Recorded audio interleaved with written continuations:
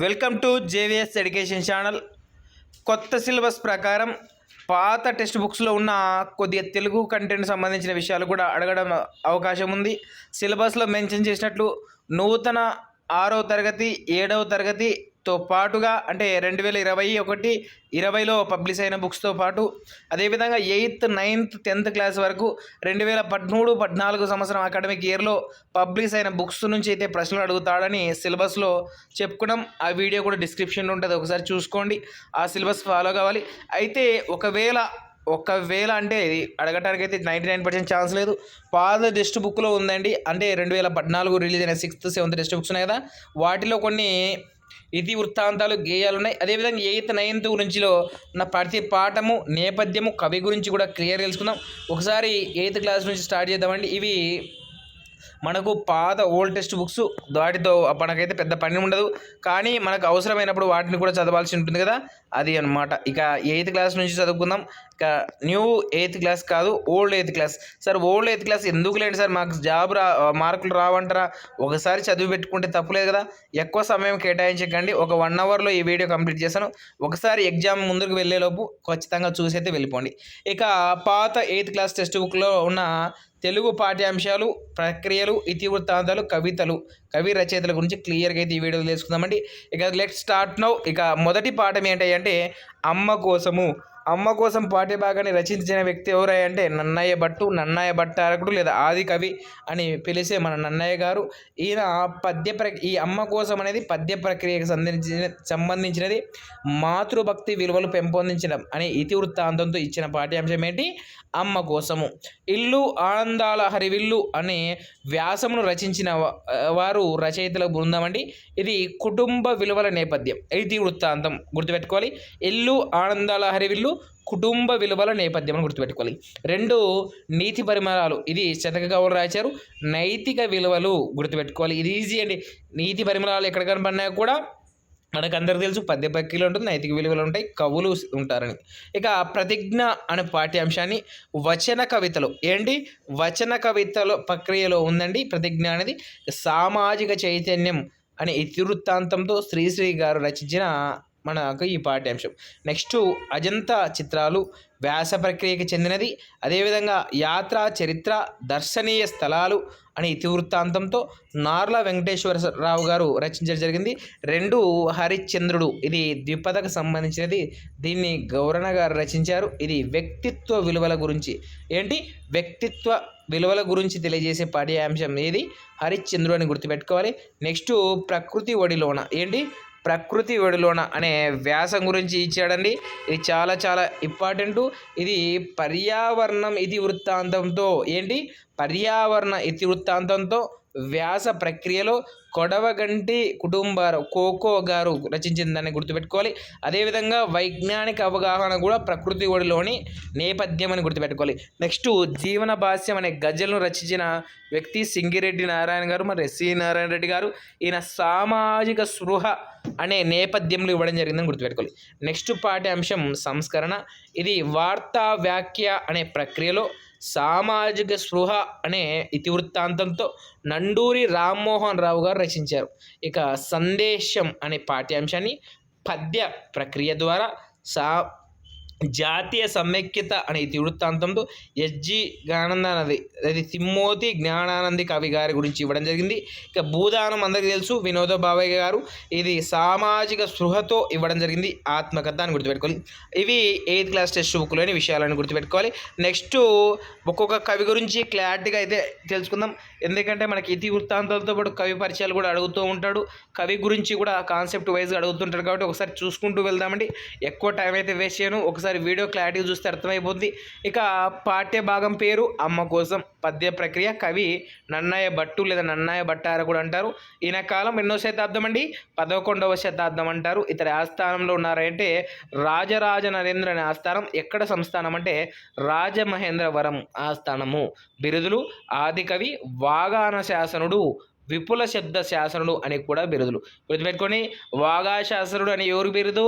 నన్నయ్యకు అని గుర్తుపెట్టుకోవాలి. ఇక కవిత తారితులు అంటే కవిత యొక్క లక్షణాలు లేదా ఆయన రచించే రచనల యొక్క లక్షణాలు చాలా చాలా ఇంపార్టెంట్. ఒక్కోసారి అడుగుతూ ఉంటాడు కానిదేది అయినదేదని. ఇక అక్షర రమ్యత, ప్రసన్న కథ కలితార్థ యుక్తి, నానా రుచిరాగ్ధ సూక్తి నిధిత్వం. తర్వాత ఉభయ వాక్రౌడి గుర్తుపెట్టుకోండి. ఉభయ వాక్పడి అనేది శ్రీనాథుని మాటల్లో చెప్పడం జరిగింది. కానీ ప్రధానంగా ఈయనకు ఉండేవన్నీ 4 గుర్తుపెట్టుకోవాలి. అక్షర రమ్యత, ప్రసన్న కథా కవితార్థ యుక్తి, నానా రుచిరాగ్ధ సూతి నిధిత్వం. ఇవి ప్రధానమైనవి. ఉభయ వాక్పోడి కూడా ఈయన గారిదే అని గుర్తుపెట్టుకోవాలి. ఇంకా ఈయన ప్రధానంగా మనకు 4 పుస్తకాలు రచించాడు. అది ఒకటి మహాభారతం, ఆంధ్ర చింతామణి, చామండికా విలాసం, ఇంద్ర విజయం. ఇవి 4 కూడా నన్నయ్య గారు రచించిన పుస్తకాలను గుర్తుపెట్టుకోవాలి. గమనిక పాఠ్యభాగం అమ్మ కోసం నన్నయ్య రాసిన మహాభారతంలోని ఆది పర్వ ద్వితీయ ఆశ్వాసములోనే గుర్తుపెట్టుకోండి. మహాభారతం అనేది ఒక ఇతిహాసం. ఓసారి అడుగుతూ ఉంటాడు, నన్నయ్య గారు రచించిన అమ్మ కోసం అనే పాఠ్యభాగము ఏ పుస్తకం నుంచి రచించారు? ఆప్షన్ 1 ఇతిహాసము, పురాణము, గ్రంథము, కవితా సంపుటి ఇలా అడుగుతూ ఉంటాడండి. ఇలా ప్రశ్న లాస్ట్ టైం టెట్లో జరిగింది 2020లో. కాబట్టి ఇలాంటివి కూడా గుర్తుపెట్టుకోవాల్సింది ఉంది.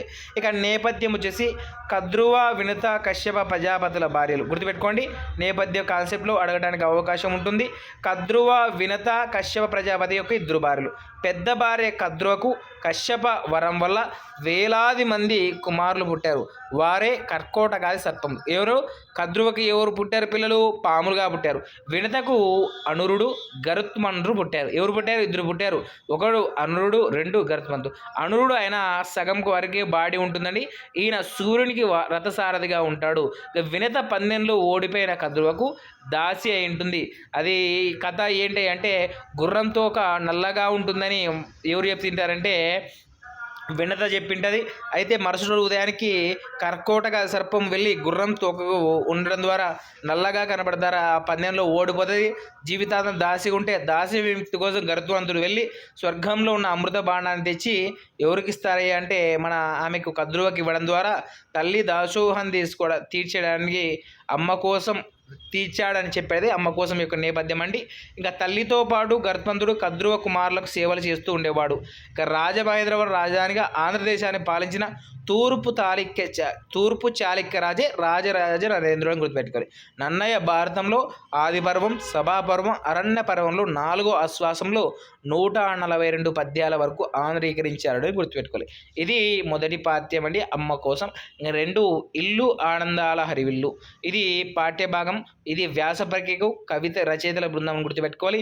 ఇందులో నేపథ్యం వచ్చేసి భారతదేశంలోని కుటుంబ వ్యవస్థ పట్ల అంతర్జాతీయ సమాజం అనేక ప్రశంసలు కురిపించింది. ప్రపంచానికి ఆదర్శంగా నిలిచిన మన కుటుంబ వ్యవస్థ గొప్పతనాన్ని తలుచుకుంటూ దాన్ని కాపాడుకోవడమే తెలియజేయడమే ఉద్దేశం గుర్తుపెట్టుకోవాలి. ఇక మనకు మానవ జీవితంలో ప్రధానంగా 4 ఆశ్రమాలు ఉంటాయి. ఒకటి బ్రహ్మచర్యం, గృహస్థాశ్రమం, వానప్రస్థం, సన్యాసాశ్రమం. సార్ బ్రహ్మచర్యం అంటే 1 నుంచి 25 సంవత్సరాలు ఒకరికి పెళ్లి చేసుకోకుండా, తర్వాత 25 నుంచి 50 సంవత్సరాల వరకు గృహస్థాశ్రమం, ఈ తర్వాత 50 నుంచి 75 వరకు వానప్రస్థం, తర్వాత సన్యాసాశ్రమం. ఒకసారి చెప్తా వినండి. గృహస్థ ఆశ్రమ ధర్మం ఏంటంటే మిగిలిన 3 ఆశ్రమాలకు గల వ్యక్తులను సంపాదించి పోషించడం అనే బాధ్యత గృహస్థాశ్రమంలో ఉంటుందని గుర్తుపెట్టుకోవాలి. బ్రహ్మచర్యంలో ఏముంటుంది అంటే గృహస్థ, వానప్రస్థ, సన్యాస ఆశ్రమంకు కావలసిన జ్ఞానాన్ని ఆర్జించి నైపుణ్యాలను శిక్షణ పొందే క్రమం ఎక్కడ ఉంటుంది అంటే బ్రహ్మచర్య ఆశ్రమంలో ఉంటుందని గుర్తుపెట్టుకోవాలి. వానప్రస్థ ఆశ్రమం ఇంపార్టెన్స్ ఏంటంటే తను గృహస్థాశ్రమంలో తర్వాత బ్రహ్మచర్యంలో నేర్చుకున్న నైపుణ్యాలను 10 మందికి పంచుతూ వివిధ దేశాలకు, రాష్ట్రాలకు వెళుతూ వాటిని ప్రచారం చేయడం వానప్రస్థాశ్రమం. ఇక సన్యాసాశ్రమం ఏంటంటే ఎటువంటి స్థానభ్రంశం లేకుండా ఒకే చోట ఉంటూ తన దగ్గరికి వచ్చిన శిష్యులకు అదేవిధంగా బ్రహ్మచర్యంలో గల వ్యక్తులకు శిక్షణ అందించడమే సన్యాసాశ్రమ ధర్మం అని గుర్తుపెట్టుకోవాలి. ఇవి ఆశ్రమ ధర్మాలు ఒకసారి అడగటానికైతే అవకాశం ఉంది, మర్చిపోకుండా గుర్తుపెట్టుకోవచ్చు. ఇక నీతి పరిమళాలు. మనకు నీతి పరిమళాలు అంటే పద్యం కిందికి వస్తుంది, శతక కవులు అండి. ఇక తర్వాత ఏ కవులు ఇచ్చారు, ఏం కథ అని ఒకసారి చూసుకుంటే చాలా చాలా ఇంపార్టెంట్ కదా. ఇక కవులు వారి యొక్క శతకాలు కూడా చాలా ఇంపార్టెంట్. ఒకసారి గుర్తుపెట్టుకుందాం మిత్రమా. ఇక మారద వెంకయ్య గారు భాస్కర శతకం, తర్వాత భర్తృహరి గారు మూలం 7ది సుభాషిత త్రిశతి గుర్తుపెట్టుకోవాలి. సుభాషిత త్రిశతి భర్తృహరి గారి అని గుర్తుపెట్టుకోవాలి. తర్వాత సుభాషిత రత్నావళి ఎవరు రచించారు? ఏనుగు లక్ష్మణ కవి. ఇది అనువాదం చేశారు. అంటే భర్తృహరి గారు రచించిన దాన్ని అనువాదం చేసిన వారు ఎవరయ్యా అంటే ఏనుగు లక్ష్మణ కవి. ఈయన సుభాషిత రత్నావళిగా అనువాదం చేశారు. తర్వాత కంజర్ల గోపన్న మనం రామదాసుగా పిలుచుకుంటామండి. ఈయన దాశరథి శతకంను రచించడం జరిగిందని గుర్తుపెట్టుకో. ఈయన 17వ శతాబ్దం చెందినవాడు. తర్వాత నీలకంఠ దీక్షితులు మూలం నీలకంఠ దీక్షితులు గారు. ఈయన సభారంజన శతకంను రచించిన వారు ఎవరు? నీలకంఠ దీక్షితులు. ఈయన 17వ శతాబ్దం చెందినవాడు.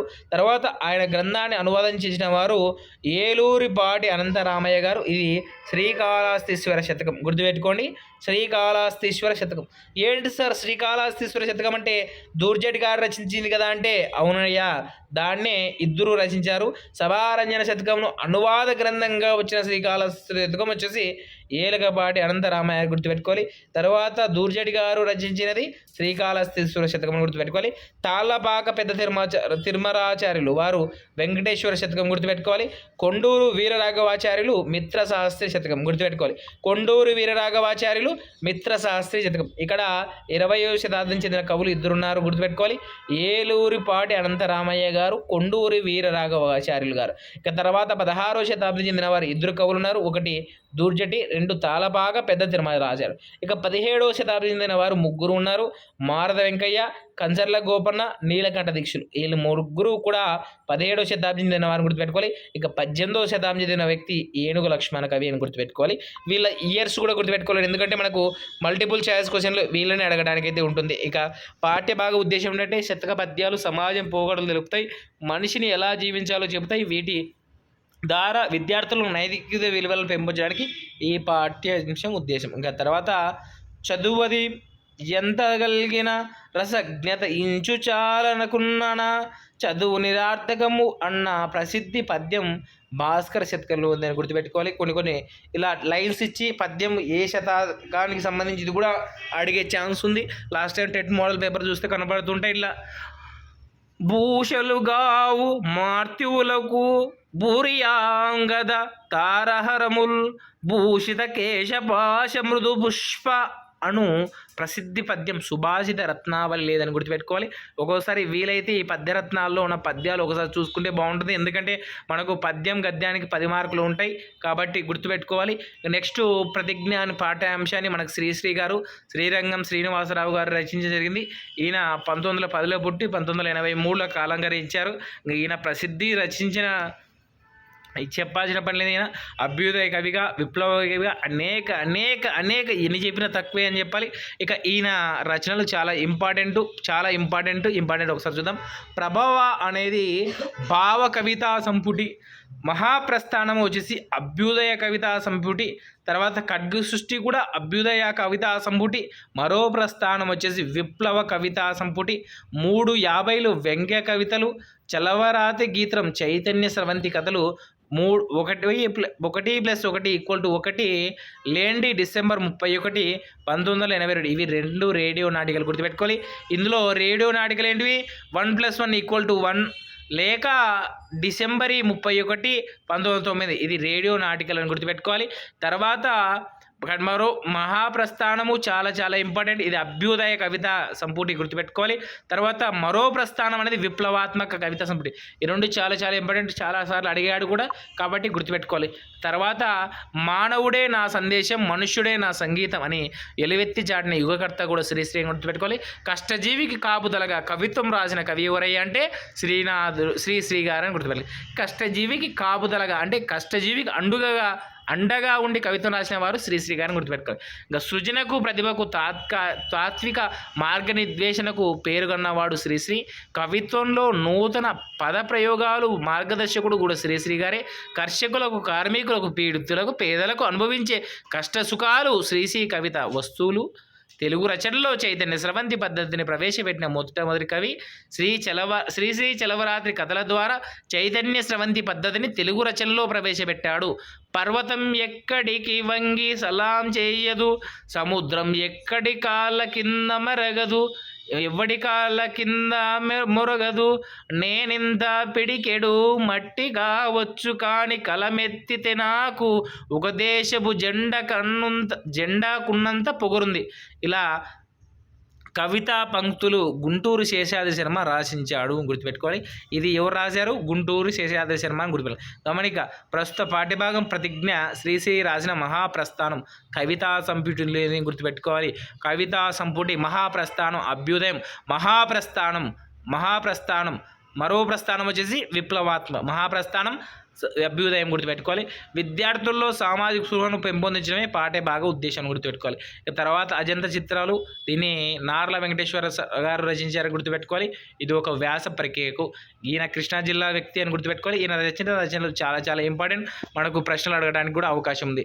ఇక రష్యన్ కథలు అనువాద గ్రంథం అండి. అనువాద రచన నరకంలో హరిశ్చంద్రుడు నాటకము, తర్వాత నార్లవారి మాట శతకం. నార్లవారి మాట శతకం నార్ల వెంకటేశ్వరరావు అని గుర్తుపెట్టుకోవాలి. నరకంలో హరిశ్చంద్రుడు అనేది నాటకం, రష్యన్ కథలను అనువాదం చేస్తాడు కాబట్టి అనువాద రచన కిందికి వస్తాయని గుర్తుపెట్టుకోవాలి. కవి, విమర్శకుడు, పాత్రికా సంపాదకులు ఎవరంటే నార్ల వెంకటేశ్వరరావు అని గుర్తుపెట్టుకోవాలి. ఈయన నిరంతరము సమాజ శ్రేయస్సు కోసం కృషి చేసిన మేధావి నార్ల వెంకటేశ్వరరావు. నార్లవారి రచన సరళమైన శబ్దాలతో, సొగసైన భావాలతో, సుందరమైన శైలితో సాగుతుందని గుర్తుపెట్టుకోవాలి. భారతీయ చరిత్ర, సంస్కృతులను ప్రతిబింబించే ప్రాచీన కట్టడాల వైభవాన్ని తెలియజేయడమే ఈ పాఠ్యభాగం ఉద్దేశం అని చెప్తూ అజంత చిత్రాలు పాఠ్యాంశం ఇవ్వడం జరిగిందని గుర్తుపెట్టుకోవాలి.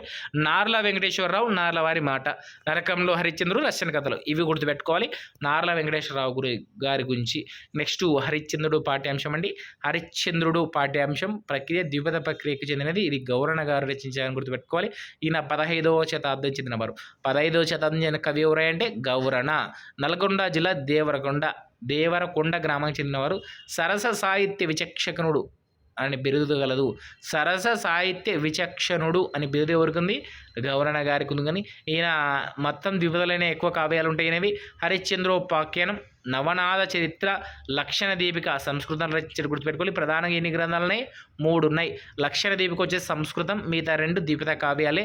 నవనాథ చరిత్ర, హరిశ్చంద్రోపాఖ్యానం గుర్తుపెట్టుకోవాలి. ద్విపద రచనకు పునరుజ్జీవం పోసిన కవి ఎవరై అంటే గౌరణ.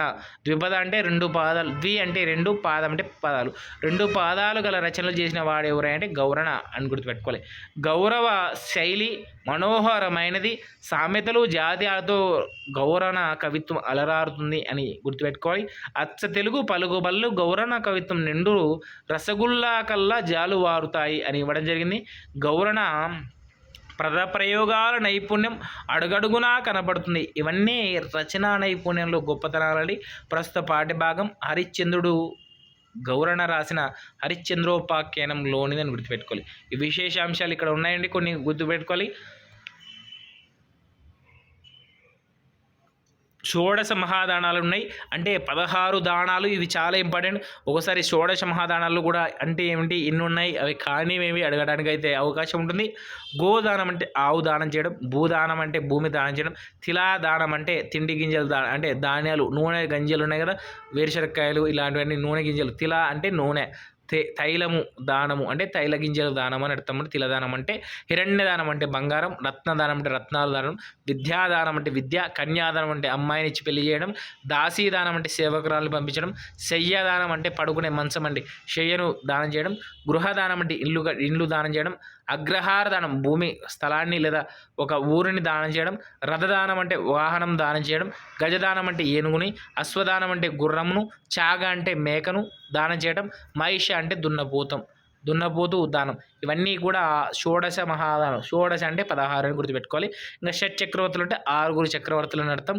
హరిశ్చంద్ర, నలుడు, పురుషక్రుడు, పురూరవుడు, సగరుడు, కార్తవీర్యార్జునుడు, వీళ్ళరు షట్ చక్రవర్తులు. మరోసారి అండి, హరిశ్చంద్రుడు, నలుడు, పురుషకుడు, పురూరవుడు, సగరుడు, కార్తవీర్యార్జునుడు, వీళ్ళల్లా ఎవరై అంటే షట్ చక్రవర్తులను గుర్తుపెట్టుకోవాలి. ఇక తర్వాత ప్రకృతి ఒడిలో అనే పాఠ్యాంశాన్ని మన కొడవగంటి కుటుంబారావు కోకో గారు రచించారని గుర్తుపెట్టుకోవాలి. ఈయన గుంటూరు జిల్లా తెనాలికి చెందినవాడు. ఈయన రచించిన ప్రధాన రచనలు చాలా చాలా ఇంపార్టెంట్, గుర్తుపెట్టుకోండి. జీవితము, చదువు, అద్దె కొంప, షావుకారు సుబ్బయ్య, కథానికలు, సైన్స్ వ్యాసాలు, సంస్కృతి వ్యాసాలు, తాత్విక వ్యాసాలు గుర్తుపెట్టుకోవాలి. వీటిలో ప్రధానంగా రెండు మనకి ఇంపార్టెంట్ అవి ఏంటంటే జీవితం చదువు అనేటివి 2 నవలలు, అద్దె కొంప సావుకారి సుబ్బయ్య, తర్వాత కథానికలు, ఈ 3 కూడా కథానిక ప్రక్రియకి చెందినవి. తర్వాత సైన్స్ వ్యాసాలు, తాత్విక వ్యాసాలు, సంస్కృత వ్యాసాలు, ఈ 3 కూడా వ్యాస రచనకు సంబంధించి గుర్తుపెట్టుకోవాలి. ఎందుకంటే ఓసారి ఇచ్చి చదువు అను రచనను కొడవటి కుటుంబాలు రచించారు. అయితే ఇది ఏ ప్రక్రియకు చెందినది అంటే నవలా ప్రక్రియకు చెందినది గుర్తుపెట్టుకోవాలి.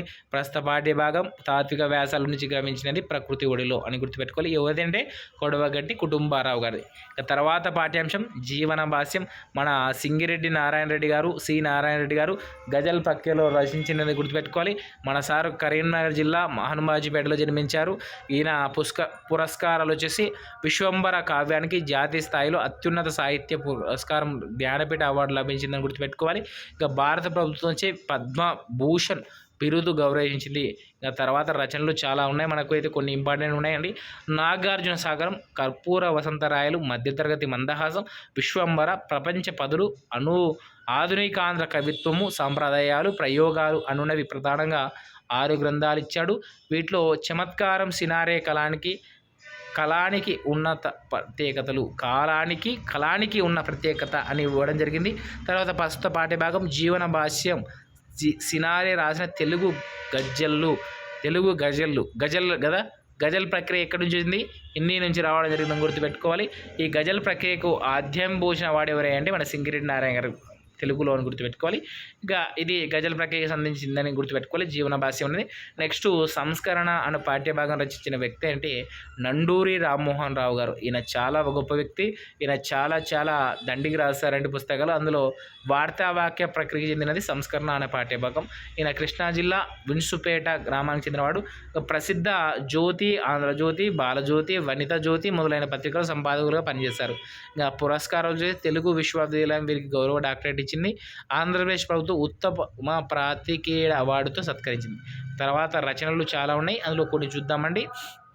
విశ్వరూపం, నరావతారం, విశ్వంబర, ఈ 3 ఎవరివే అంటే మన వీనవే. ఎవరివే అంటే నండూరి రామ్మోహన్ రావు గారివి. ఎవరివి? నండూరి రామ్మోహన్ రావు గారి. విశ్వరూపం, నరావతారం, విశ్వదర్శనం, ఈ 3 కూడా నండూరి రామ్మోహన్ రావు గారి రచనలు. ఇంకా సంకలనాలు అంటే క్లబ్ చేసినటువంటి అను పల్లవి, చిరంజీవులు, నండూరి రామ్మోహన్ రావు వాక్యావళి, ఇవన్నీ కూడా వేరే వాళ్ళ గ్రంథాలు లేదా ఈయన రచించినవి అన్నీ కలిపి ఒక పుస్తకాల్లో చేసినవి సంకలనాలు. ఇంకా గేయాలు వచ్చినట్లయితే అంటే పాడుకోవడానికి వీలుగొన్నవి చిలక చెప్పిన రహస్యం, మయూరి కన్య, హరివిల్లు, ఇవన్నీ కూడా గేయాలు. ఇవి నండూరి రామ్మోహన్ రావు గారి గుర్తుపెట్టుకోవాలి. ప్రస్తుత పాఠ్యభాగం సంస్కరణ అనున్నది నండూరి రామ్మోహన్ రావు గారి వ్యాఖ్యావళిలోని గుర్తుపెట్టుకోవాలి. సమకాలీన సంఘటనలో ముఖ్యమైన వాటిని తీసుకొని పత్రికల్లో వ్యాఖ్య రూపంగా పూర్వపరాలు పరిమిస్తూ సాగే రచనే సంపాదకీయ వ్యాసం అని గుర్తుపెట్టుకోవాలి. సంపాదకీయ వ్యాసం ఇది సంస్కరణ అను పాఠ్యంలో ఉంది. నెక్స్ట్ సందేశం అండి. సందేశం వచ్చి ఎస్టీ జ్ఞానానంద కవి. ఈయన మన బొబ్బిలి తాలూకా పెద్దంకి గ్రామానికి చెందినవాడు. సురగాలి తిమ్మోతి జ్ఞానానంద కవి. ఈయన రచనలు చాలా ఇంపార్టెంట్. దీనబంధు, అమ్రపాలి. దీనబంధు శతకం ఎవరిదై అంటే ఎస్టీ జ్ఞానానంద గుర్తుపెట్టుకోవాలి. ఇక్కడ దీనబంధు శతకము ఎస్టీ జ్ఞానానంద కవి గుర్తుపెట్టుకోవాలి. క్రీస్తు శతకం కూడా ఎస్టీ జ్ఞానానంద కవిది గుర్తుపెట్టుకోవాలి. తర్వాత మిగతావన్నీ ఇంపార్టెంట్ అండి. పంచజన్యము, అమ్రపాలి, నా జీవిత గాథ, కూలి నుంచి కళాప్రపూర్ణ వరకు, గోల్కొండ, తర్వాత అమ్రపాలి, ఇవన్నీ కూడా ఎవరు వేయండి? ఎస్టీ జ్ఞానానంద గారి రచనలు గుర్తుపెట్టుకోవాలి. తర్వాత కూలి నుంచి కళాప్రపూర్ణ వరకు ఆత్మకథ సంబంధించిన పుస్తకం గుర్తుపెట్టుకోవాలి. తర్వాత ప్రస్తుత పాఠ్యభాగం సందేశం ఆంధ్ర రాష్ట్ర సమాచార శాఖ వారు ప్రచురించిన సమైక్య భారతి కవితా సంకలనంలో గుర్తుపెట్టుకోవాలి. సమైక్య భారతి కవితా సంకలనం నుంచి రచించిన సందేశం అనే పాఠ్యభాగం ఎస్టీ జ్ఞానానంద కవి గారు రచించారు గుర్తుపెట్టుకోవాలి. వీరు 1975లో ఆంధ్ర సాహిత్య అకాడమీ అవార్డు పొందారు. వీరు రాష్ట్ర ప్రభుత్వం నుంచి ఉత్తమ ఉపాధ్యాయ పురస్కారం అందుకున్నారు. వీరిని భారత ప్రభుత్వం పద్మశ్రీతో సత్కరించింది గుర్తుపెట్టుకోవాలి. వీరు సరళమైన శైలితో సామాజిక చర్యను అందిస్తారు గుర్తుపెట్టుకోవాలి. ఎస్టీ జ్ఞానానంద కవి పద్మశ్రీ పురస్కారము, తర్వాత ఆంధ్ర సాహిత్య అకాడమీ పురస్కారము, తర్వాత ఉత్తమ ఉపాధ్యాయ పురస్కారం లభించిన వ్యక్తి ఎస్టీ జ్ఞానానంద కవి గుర్తుపెట్టుకోవాలి. తర్వాత భూదాన ఉద్యమం పాఠ్యభాగంను రచించిన వ్యక్తి ఎవరంటే వినోద భావే హిందీ మూలమని అనువాదం వచ్చేసి వేమూరి రాధాకృష్ణమూర్తి గారు. ఎవరు అనువాదం చేసింది? వేమూరి రాధాకృష్ణమూర్తి గారిని గుర్తుపెట్టుకొని భూమి ప్రకృతితో భాగం, అది అందరిది అని గుర్తించి భూమిని అందరికీ సమానంగా పంచడానికే భూదాన ఉద్యమం చేపట్టిన వారు ఎవరంటే వినోద బాబాయ్ గారు. గుర్తుపెట్టుకుని 1950లో వినోద బాబాయ్ భూదాన ఉద్యమాన్ని చేపట్టారు. ఎప్పుడు 1950. ఇక ఇది 8th క్లాస్ సంబంధించి ఇది చాలా చాలా ఇంపార్టెంట్. 8th వరకు అయితే తప్పకుండా అందరూ చూడండి. ఇక 9th 10th కూడా చాలా చాలా ఇంపార్టెంట్. అయితే వీటి గురించి ప్రశ్నలు అడుగుతాడా అనేది చూద్దాం. ఇక ఒకసారి 9th క్లాస్ మొత్తం చూద్దామండి. ఇక పాఠ్యాంశం ప్రక్రియ ఇతివృత్తాంతం కవి రచయిత గురించి చూద్దాం. శాంతికాంక్ష అనే పాఠ్యాంశాన్ని, ప్రక్రియ వచ్చేసి పద్యం ప్రక్రియలో శాంతి స్థాపన తిక్కన మహాత్యుడు రచించడం జరిగింది. ఇక స్వభాష అను పాఠ్యాంశాన్ని వ్యాస రూపంలో భాషాభిరుచి అనే ఇతివృత్తాంతంతో పానుగంటి లక్ష్మీ నరసింహారావు గారు రచించడం జరిగింది.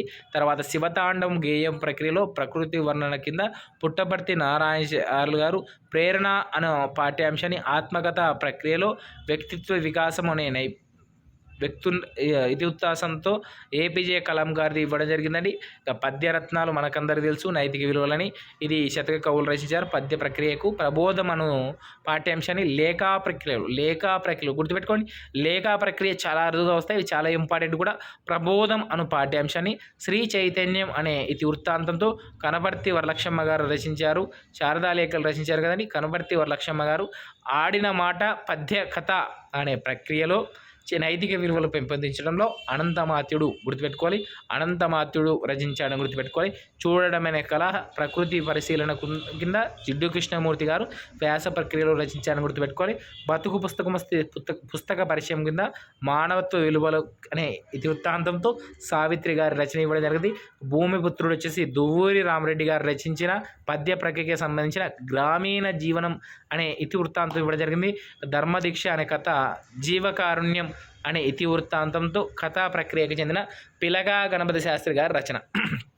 తర్వాత కవుల గురించి కూడా వింటూ వెళ్దామండి. ఇక శాంతికాంక్ష ఆల్రెడీ చెప్పుకోవడం, ఇది పద్య ప్రక్రియకి చెందినది. తిక్కన మహాత్యుడు రచించాడు. ఈయన మనమసిద్ధి ఆస్థానం, ఎవరి ఆస్థానం అయ్యా? మనమసిద్ధి ఆస్థానంలో కలవడని గుర్తుపెట్టుకుని ఈయన సంస్థానం ఏది? నెల్లూరి. మనమసిద్ధి ఆస్థానం ఏది? నెల్లూరు ఆస్థానంలో ఉన్నాడని గుర్తుపెట్టుకోవాలి. ఇంకా కవితా గుణం వచ్చేసి సజీవ పాత్రల సృష్టి, అంటే ఉన్నది ఉన్నట్లుగా, అంటే ప్రాణం ఉందా ఈ పాత్రకు అన్నట్లుగా మనం లీనమయ్యే విధంగా రాస్తాడు మన తిక్కన మహాత్యుడు గుర్తుపెట్టుకోవాలి. బిరుదులు వచ్చేసి కవి బ్రహ్మ, ఉభయ కవిమిత్రుడు. ఎందుకంటే నన్నయ్య తిక్కన ఎర్రలలో మధ్యన తిక్కన ఉన్నాడు కాబట్టి అటు ఇటు ఇద్దరికి మధ్య కూడా మిత్రుని వంటి వాడని ఉద్దేశంలో ఉభయ కవిమిత్రుని బిరుదు కలదని. ఇక శైలి వచ్చేసి నాటకీయత, రసాభ్య చితబంధము గుర్తుపెట్టుకోవాలి. రసాభ్య చితబంధము, నాటకీయత, ఈ రెండు కూడా ఎవరు అంటే మన తిక్కన గారివి అని గుర్తుపెట్టుకోవాలి. ఇక తర్వాత ఈయన రచనలు ప్రధానంగా 3 ఉన్నాయండి. నిర్వచోత్తర రామాయణం, 2 మహాభారతం, తర్వాత ఇంకోటి ఏంటంటే కృష్ణ శతకం కూడా రచించాడండి. ఇక్కడ ఇవ్వలేదు తిక్కన గారిది. కృష్ణ శతకం ఎవరు రచించారు అంటే తిక్కన మాతుడే. నెల్లూరును పాలించిన మనమసిద్ధి మంత్రిగా ఆస్థాన కవిగా తిక్కన ఉండేవారు. తిక్కన మొట్టమొదటి నిర్వచోత్తర రామాయణం రచించి మనమసిద్ధికి అంకితం ఇచ్చారు. తిక్కన మహాభారతాన్ని విరాట పర్వం నుండి స్వర్గాదేశ పర్వం వరకు మొత్తంగా 15 పర్వాలు రచించి హరిహరనాథుడికి అంకితం ఇచ్చారు. హరిహరనాథ్ అంటే మంచి కాదండి, దేవునికి ఇచ్చాడని గుర్తుపెట్టుకోవాలి. మహాభారత రచనలో తిక్కన తీర్చిదిద్దిన పాత్రలు సజీవంగా కనిపిస్తాయి. సందర్భానుసారంగా తిక్కన ప్రయోగించిన పదాలు, సృష్టించిన సన్నివేశాలు రస సాధన కలిగిస్తాయి. తర్వాత అచ్చిత్యంగా రసపోషణ చేయగలిగే రసాభ్యచిత బంధం అంటారు గుర్తుపెట్టుకోవాలి. రసాభ్యచిత బంధాన్ని పోషించడంలో తిక్కన సిద్ధాస్తుడు, అంటే ఆ కాన్సెప్ట్ రసజ్ఞత ఏముందిరా, ఈ రసజ్ఞత అంటే ఆ అనుభూతి పొందేలాగా రచించడమే గొప్పతనం అని తిక్కన గారి గుర్తుపెట్టుకోవాలి. ఆల్రెడీ చెప్పుకున్నాం ఉభయ కవిమిత్రుడు అంటే ఏంటని. తిక్కన కేతనాది కవులకు ప్రేరణ కలిగించి మార్గదర్శకులుగా నిలిచినందుకు కవి బ్రహ్మ అనే బిరుదు కూడా కలిగిందని గుర్తుపెట్టుకోవాలి. ఓకే, కవి బ్రహ్మ అంటే మిగతా కవులకు ఆదర్శంగా ఉన్నాడు కాబట్టి తిక్కనకు కవి బ్రహ్మ అనే బిరుదు కలదు. పాఠ్యభాగ నేపథ్యం ఇది అంశాలు చూద్దామండి. ప్రస్తుత పాఠ్యభాగం శాంతికాంక్ష. తిక్కన రచించిన మహాభారతంలోని ఉద్యోగ పర్వంలో తృతీయ శ్వాసంలోది గుర్తుపెట్టుకోవాలి. ఉద్యోగ పర్వంలోని తృతీయ శ్వాసంలోని గుర్తుపెట్టుకోవాలి. మహాభారతం అన్నదమ్ముల బిడ్డలైన కౌరవ పాండవుల కథ. కౌరవులు కుటిల బుద్ధితో మాయాజూదంలో పాండవులను ఓడించి అడవుల పాలు చేస్తారు. పందెం ప్రకారం 12 ఏళ్ళు అరణ్యవాసం, 1 సంవత్సరం అజ్ఞాతవాసం పూర్తి చేశారు. విశేషాంశాలు: పాండవులు కోరిన 5 ఊర్లు, అంటే 5 ఊర్లు ఏంటివి అంటే ఇంద్రప్రస్థం, కుశస్థం, వృకస్థలం, వాసంతి, వారణావతం ఇవన్నీ కూడా పాండవుల 5 ఊర్లు. ఎందుకు అడిగినారే అంటే రాజుకి పోయి మనకు అంతా రాజ్యం వద్దయ్యా, కనీసం 5గురికి 5 రాజ్యాలు 5 చిన్న ఊర్లైన ఇవ్వండి, వాటిని పాలిస్తూ మనం జీవనం సాగిస్తాం అన్న ఉద్దేశంలో అడగడం జరిగింది. ఇది శ్రీకృష్ణ భగవానుడు శాంతి కోసమని కౌరవుల దగ్గరికి వెళ్ళినప్పుడు జరిగిన సభ మంత విషయాలు అది గుర్తుపెట్టుకోవాలి. శాంతికాంక్ష తిక్కన మాతులు. ఇక స్వభాష అనే పాఠ్యభాగంను వ్యాసభక్తిలో పానుగంటి లక్ష్మీనరసింహ గారు రచించారు. ఈయన రాజమండ్రి సీతానగరం చెందినవారు. రత్నమావ వెంకటరమణయ్య గారి పుత్రుడు. పిఠాపురం ఆస్థానం కవిత్వంగా చెప్పుకోవచ్చు. తర్వాత సంస్థానం వచ్చేసి అనుగొంది సంస్థానంలో పనిచేశాడు. సంస్థానాధీశునిగా పనిచేసిన వారు ఎవరి అంటే మన గుర్తుపెట్టుకోవాలి. ఇక తర్వాత ఈయన రచనలు చాలా చాలా ఇంపార్టెంట్. వ్యాసాలు, సాక్షి వ్యాసాలు రచించిన వ్యక్తి పానుగంటి లక్ష్మీనరసింహారావు గారని గుర్తుపెట్టుకోవాలి. సాక్షి వ్యాసాలు అంటే ఎవరు గుర్తు రావాలి? పానుగంటి లక్ష్మీనరసింహ గారు గుర్తుపెట్టుకోవాలి. తర్వాత రచనలు వచ్చేసి సారంగధర, ప్రచండ చాణక్య, విప్రనారాయణ, కంఠాభరణ, పూర్ణిమ, సరస్వతి, సరోజిని, సాక్షి వ్యాసాలు గుర్తుపెట్టుకోవాలి. సాక్షి వ్యాసాలు చాలా చాలా ఇంపార్టెంట్. ఇవన్నీ కూడా పానుగంటి లక్ష్మీనరసింహారావు గారు రచించారని గుర్తుపెట్టుకోవాలి. తర్వాత పానుగంటి వారి శైలి అద్భుతమైన గ్రాంధిక భాష ప్రవాహంతో, సున్నితమైన వ్యంగ్యంతో, చురుక్కుమనే ఆశయంతో అలరారుతుంది. గుర్తుపెట్టుకోవాలి. ఈ రచన నైపుణ్యాలు, శైలులు ఒక్కోసారి అడుగుతూ ఉంటాడు. చాలా చాలా ఇంపార్టెంట్ కాబట్టి గుర్తుపెట్టుకోవాల్సింది తప్పదు. ఎందుకంటే కొన్ని అడుగుతూ ఉంటాడు. ఎవరి రచన గ్రాంధిక భాష ప్రవాహంతో, సున్నితమైన వ్యంగ్యంతో, చురుక్కుమనే హాస్యంతో కలిగి ఉంటుందంటే పానుగంటి లక్ష్మీనరసింహారావు గారు గుర్తుపెట్టుకోవాలి. సమకాలీన సమస్యలపై తీవ్రంగా స్పందించి సంఘ సంస్కరణకు నడుం కట్టి తన రచనల ద్వారా ప్రజల్లో ఆలోచనలు రేకెత్తించిన పానుగంటి వారు చిరస్మరణీయులు అని గుర్తుపెట్టుకోవాలి. పానుగంటి లక్ష్మీనరసింహారావు గారు. ఇక పాఠ్యభాగ నేపథ్యం, ఇతర అంశాలు చూద్దామండి. ప్రస్తుత పాఠ్యభాగం పానుగంటి లక్ష్మీనరసింహ గారు రచించిన సాక్షి వ్యాసాల్లోని 3వ సంపుటిలోనిది. పానుగంటి లక్ష్మీనరసింహారావు గారు సంస్కరణ విలాసంతో సాక్షి పేరుతో అనేక వ్యాసాలు రచించారు. గుర్తుపెట్టుకోవాలి. మన తెలుగు భాష గొప్పతనాన్ని గురించి జంగాల శాస్త్రి అనే పాత్ర ఉపన్యాసం ద్వారా తెలియజేశారు. జంజాల శాస్త్రి అనే పాత్రను సృష్టించిన ఎవరు? పానుగంటి లక్ష్మీనరసింహ గారు గుర్తుపెట్టుకోండి. నెక్స్ట్ శివతాండవం అనే పాఠ్యభాగం గేయ ప్రక్రియకు చెందినది. పుట్టపర్తి నారాయణాచార్యులు గారు రచించారు. గుర్తుపెట్టుకోవాలి. సరస్వతి బిరుదాంగురు, సరస్వతి పుత్ర అనే బిరుదాంగుతుడు ఎవరు? పుట్టపర్తి నారాయణాచార్యులు. ఈయన దాదాపు 80 పైగా పుస్తకాలు రచించాడు. మన అదృష్టం టెక్స్ట్ బుక్లో చాలా తక్కువనే ఇవ్వడం జరిగింది. అందులో ప్రధానమైనవి మాత్రమే చూద్దామండి. శివతాండవం, మేఘదూతం, షాజీ, కావ్యమాల, జనప్రియ రామాయణం, పుండరీ భారతం, సాక్షాత్కారం ఇవన్నీ ఎవరివయ్యా అంటే మన పుట్టపర్తి నారాయణాచార్య వారి. తర్వాత ఆంగ్ల కావ్యం ఉందండి, లీవ్స్ ఇన్ ద విండ్ అనే ఆంగ్ల కావ్యాన్ని రచించిన వారు కూడా పుట్టపర్తి నారాయణాచార్య గారు. గుర్తుపెట్టుకోవాలి. ఇవి ఈయన గారి రచనలు. వీరు రాసిన శివతాండం సంగీత, సాహిత్య, నాట్య సంకేతాల సమ్మేళన కావ్యం. గుర్తుపెట్టుకోవాలి. పుట్టపర్తి నారాయణాచార్య రచించిన శివతాండం సంగీత, సాహిత్య, నాట్య సంకేతాల సమ్మేళన కావ్యంగా గుర్తుపెట్టుకోవాలి. పుట్టపర్తి నారాయణ రచనలో దేశభక్తి, సంస్కృతి విలువలు, జాతీయ భావనలు, మానవీయ విలువలు తోనికలాడతాయి, అంటే ఎక్కువగా కనబడతాయని అర్థం. పాఠ్యభాగ నేపథ్య విశేషాంశాల కిందకి వచ్చినట్లయితే ప్రస్తుత పాఠ్యభాగం శివతాండవం పుట్టపర్తి నారాయణాచార్య వారి రచించిన శివతాండవ కావ్యంలోని గుర్తుపెట్టుకోవాలి. శివుడు నాట్యంలో కవి సత్వ రజస్తమ గుణాలు అంటే 3 గుణాలు అంటే సత్వగుణం, రజగుణం, తమో గుణం అనే 3 గుణాలు కదా. ఆ గుణాల గురించి వివరించడం గుర్తుపెట్టుకోవాలి. ఈ త్రిగుణమైన తాండవంలోని వర్ణను, అద్భుతమైన లయాత్మకను పరిచయం చేయడం ద్వారా పిల్లల్లో సృజనాత్మకతను, భాషాభిరుచిని, ప్రకృతి ఆరాధనను పెంపొందించడం ఈ పాఠ్యభాగ ఉద్దేశం.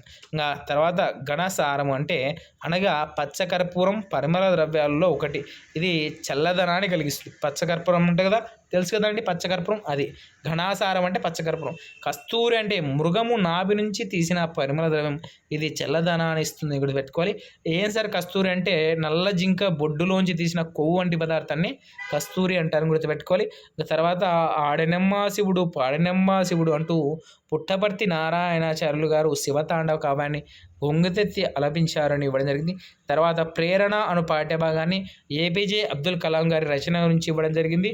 ఇది అనువాదం చేసిన వారు వాడ్రేవు చినవీరభద్రుడు. ఎవరు? వాడ్రేవు చినవీరభద్రుడు గారు. ఈయన తర్వాత తమిళనాడు రామేశ్వరం దగ్గర ఉన్న ధనుష్కోటిలో జన్మించారు మన ఏపీజే అబ్దుల్ కలాం. మొత్తం ఇది ఆత్మకథ ప్రక్రియకి చెందినది. ఇంకా తర్వాత మన పెద్ద ఆయనకు తెలుసు పద్మవిభూషణ్ భారతరత్న అనే ప్రసిద్ధి చెందిన పురస్కారాలు లభించడం జరిగింది. తర్వాత భారత రాష్ట్రపతిగా సేవలు అందించిన గొప్ప మహనీయుడు, శాస్త్రవేత్త, ఎన్నెన్నో చెప్పొచ్చు ఈయన గురించి. ఇక ఒక విజేత ఆత్మకథ ignited minds in the wings of fire and autobiography అనే పుస్తకంలోనిది గుర్తుపెట్టుకోవాలి. ఈయన రచించిన ఆత్మకథ వింగ్స్ ఆఫ్ ఫైర్ అని చెప్పుకుంటాం కదా అది. తర్వాత పాఠ్యభాగ నేపథ్యం ఇతర విశేషాలు. ప్రస్తుత పాఠ్యభాగం అబ్దుల్ కలాం అరుణ్ తివారీ గారితో కలిసి రాసిన ఒక విజేత ఆత్మకథలోనిది.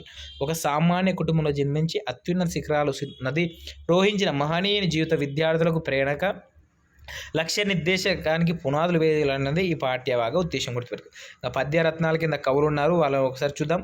ఇక సత్యవోలు సుందర కవి. ఎవరు? సత్యవోలు సుందర కవి రాజశేఖర శతకంను రచించాడు. ఈయన 20వ శతాబ్దం చెందిన కాల వ్యక్తి గుర్తుపెట్టుకోవాలి.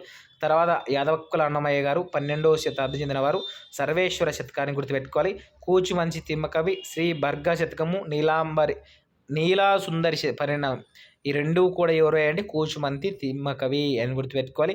తర్వాత కాకుత్సలం శేషప్ప కవి వచ్చేసి నరసింహ శతకము 18వ శతాబ్దం చెందినవాడు. బొమ్మెర పోతన 15వ శతాబ్దం.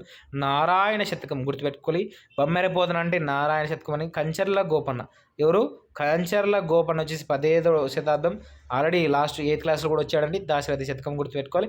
దూర్జటి వచ్చేసి శ్రీకాళహస్తీశ్వర శతకం 16వ శతాబ్దం చెందినవాడు.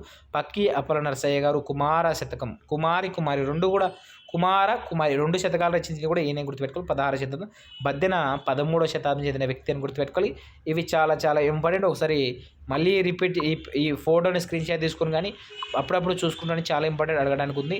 శ్రీకర రాజశేఖర అనే మకుటంతో రాజశేఖర శతకాన్ని రచించిన వారు సత్యవోలు సుందర కవిని గుర్తుపెట్టుకోవాలి. బర్గా పార్వతి వల్లభ అనే మకుటంతో శ్రీ బర్గా శతకాన్ని రచించిన వారు కూచిమంచి తిమ్మ కవి. తర్వాత భూషణ వికాస శ్రీధర్మపురి నివాస దుష్ట సంహార నరసింహ దురిత దూర అనే మకుటంతో నరసింహ శతకాన్ని రచించిన వ్యక్తి కాకుత్సలం శేషప్ప కవి గారు గుర్తుపెట్టుకోవాలి. దాశరథి కరుణాకరు వయోనిధి అని దాశరథి శతకాన్ని రచించినవాడు కంచర్ల గోపన్న గారు. శతకంలోని పద్యాలు ముక్తకాలు అంటే ఏ పద్యానికి ఆ పద్యానికి స్వతంత్రత ఉంటుందని. ఇవి పద్య లక్షణాలు ప్రధానంగా 4 ఉంటాయి. ఏ పద్యానికి ఆ పాదానికి స్వంతంగా అర్థం ఉండాలి. తర్వాత 108 లేదా 108 మాత్రమే ఉండాలి. శతకారి ధర్మాలు తర్వాత ఇవి అన్నీ ఉంటాయి. తర్వాత చివరి పాదము దాన్ని ఉంటాయి. ఇవి పద్య లక్షణాల కిందకి వస్తాయండి. తర్వాత ధర్మార్థ కామమోక్షం సాధించేవాడే ఉత్తముడని బద్దెన సుమతి శతకంలో తెలియజేశాడు గుర్తుపెట్టుకోవాలి. నా ధర్మము, అర్థము, కామం, మోక్షం ఈ 4 విషయాలు చాలా టైం పడతాయి వివరించడానికి. నెక్స్ట్ పాఠ్యాంశం వచ్చేసి ప్రబోధం అనే పాఠ్యభాగం లేఖ రచన ప్రక్రియకి కస్తూరి వరలక్ష్మమ్మ గారు రచించారు. మహిళా సంఘ సంస్కర్త ఎవరైతే కనుపర్తి వరలక్ష్మమ్మ గారు. ఈమె కలం పేరు లీలావతి గుర్తుపెట్టుకోవాలి. లీలావతి అనే కలంతో రచించిన వారు కనపర్తి వరలక్ష్మమ్మ గారు. ఈయన గుంటూరు జిల్లా బాపట్ల చెందిన మహిళామణి. తర్వాత పనిచేసిన పత్రికలు చాలా ఉన్నాయి మేడం గారివి.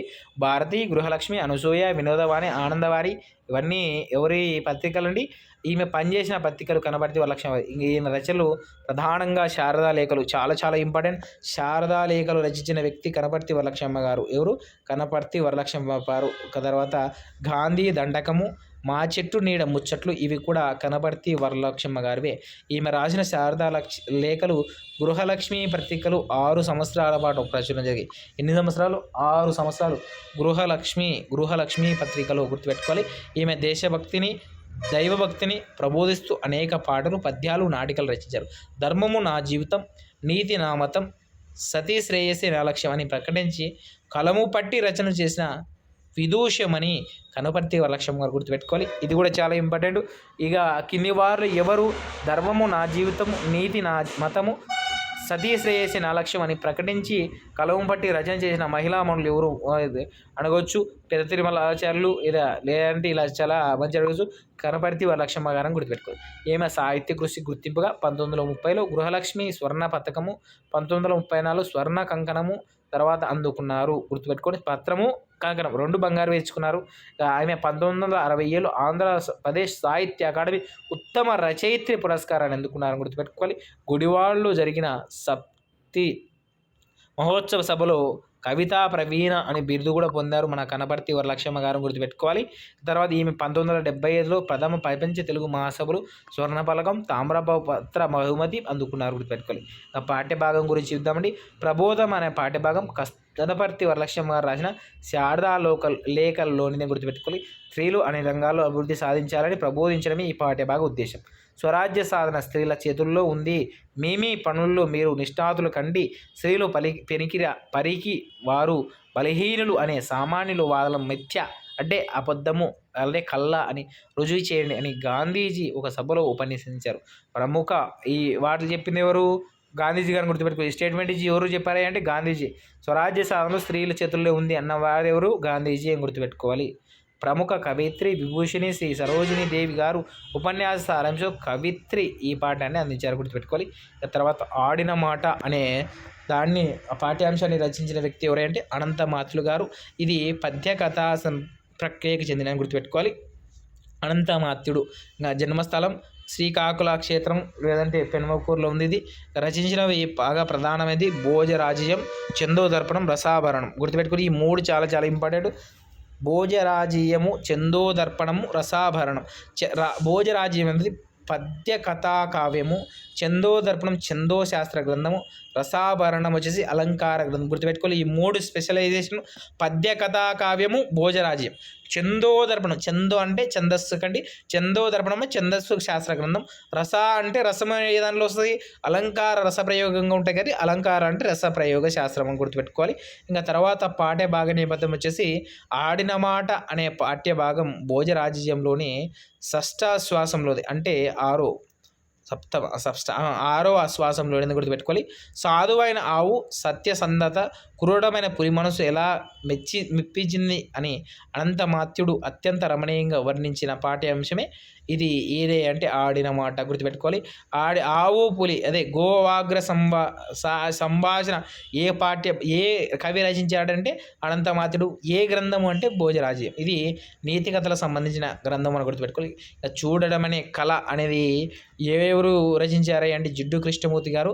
ఇది వ్యాస ప్రక్రియ చెందినది. ఈయన చిత్తూరు జిల్లా మదనపల్లికి చెందిన వారు, గుర్తుపెట్టుకోవాలి. ఈయన దండిగ రచనలు చేశాడు. అయితే ఆంగ్ల రచనలు చాలా ఇంపార్టెంట్. ధ్యానం, స్వేచ్ఛ, నీవే ప్రపంచం, గరుడయానం ఇవి ఆంగ్ల రచనలను గుర్తుపెట్టుకోవాలి. వీరు తనంతట తాను భయం, కట్టుబాట్లు, అధికారం, మూఢ విశ్వాసం నుండి విముక్తి చెందాలని బోధించారు. అసలైన విప్లవం రావలసింది హృదయం లోతుల్లోంచి అని ప్రబోధించిన వారు జిడ్డు కృష్ణమూర్తి. ఈయన సామాజిక చైతన్య వ్యక్తి అని గుర్తుపెట్టుకోవాలి. ఈయన పిల్లల గురించి అనేక పుస్తకాలు రచించాలని గుర్తుపెట్టుకోవాలి. చూడడం అనే కళ ఈ పాఠ్యభాగం గురించి చూద్దామండి. చూడడం అనే కళ అనే పాఠ్యభాగం జిడ్డు కృష్ణమూర్తి ఆంగ్ల రచన. ఏ టేల్స్ స్ప్రింగ్కు అరుణ మోహన అనువాదమైనది. ఆనాది స్తోత్రస్సులోనిది, గుర్తుపెట్టుకోవాలి. ఆనాది స్రోతస్సులోనిది, గుర్తుపెట్టుకోండి. వినడం, మాట్లాడడం, చూడడం, పరిశీలనం, శ్రద్ధ చూపడం వంటి జీవన నైపుణ్యాలు తెలియడమే ఈ పాఠ్య భాగ ఉద్దేశం, గుర్తుపెట్టుకోవాలి. జిడ్డు కృష్ణమూర్తి గారు రచించింది చూడడం అనే కళ. ఓకే, నెక్స్ట్ బతుకు పుస్తకం అయితే రచించడం జరిగింది. ఇది పాఠ్యభాగం వచ్చేసి ప్రక్రియ పుస్తక పరిచయం. సావిత్రి గారు కవిత్రి, గుర్తుపెట్టుకోవాలి. కాలము రీసెంట్ 1991లో చనిపోయారు. రాజమండ్రి దగ్గర ఉండ్రేశ్వరపురంలో జన్మించారు. సంపాదకత్వం వచ్చేసి అరణ్య కృష్ణ సంపాదకత్వంలో సావిత్రి పేరుతో వెలువడ్డాయి. అరణ్య కృష్ణ సంపాదకత్వంలో సావిత్రి పేరుతో వెలువడ్డాయండి. రచనలు బందిపోట్లు. ఈమె ప్రసిద్ధి స్త్రీవాద కవిత్రి. ఓకే, ఆమె అరణ్య కృష్ణ సంపాదకత్వంలో సావిత్రి పేరుతో ఆమె రచించి చనిపోయింది. అవన్నీ ఒక సంకలనం చేసి పుస్తకంకు పేరు పెట్టారని గుర్తుపెట్టుకోవాలి. ఈమె ప్రసిద్ధి స్త్రీవాద కవిత్రి, గుర్తుపెట్టుకోవాలి. బతుకు పుస్తకం అనే పాఠ్యభాగం సావిత్రి అనే సమగ్ర రచనా సంపుటిలోనిది. పుస్తకాలను లోతుగా అధ్యయనం చేయడమే విద్యార్థుల్లో పెంపొందించి ఈ పాఠ్యభాగ ఉద్దేశం. నెక్స్ట్ భూమిపుత్రుడు అనే పాఠ్యభాగం ఉందండి. ఇది పద్యము సంబంధించినది. దువ్వూరి రామిరెడ్డి గారు రచించారు. ఈయన నెల్లూరు జిల్లా. తర్వాత బిరుదులు వచ్చేసి కవి కోకిల బిరుదాంకితుడు దువ్వూరి రామిరెడ్డి గారు, గుర్తుపెట్టుకోవాలి. ఇంకా విశేషం అంటే మన సారు చాలా భాషల్లో పండితులు. సంస్కృతం, Telugu, English, French, Latin, Germany, Bengali, Persian, Urdu Tamil భాషల్లో పండితులు గుర్తుపెట్టుకోవాలి. ఎన్ని భాషలు అయ్యాయంటే 3, 3, 6, 8, 9, 10 భాషల్లో 10 భాషల్లో పండితుడు ఎవరయ్యా అంటే దువ్వూరి రామిరెడ్డి గారు గుర్తుపెట్టుకోవాలి. 17 భాషలు అంటే పివి నరసింహారావు గారు ఈరోజు భారతరత్న పురస్కారం రావడం జరిగింది గుర్తుపెట్టుకోవాలి.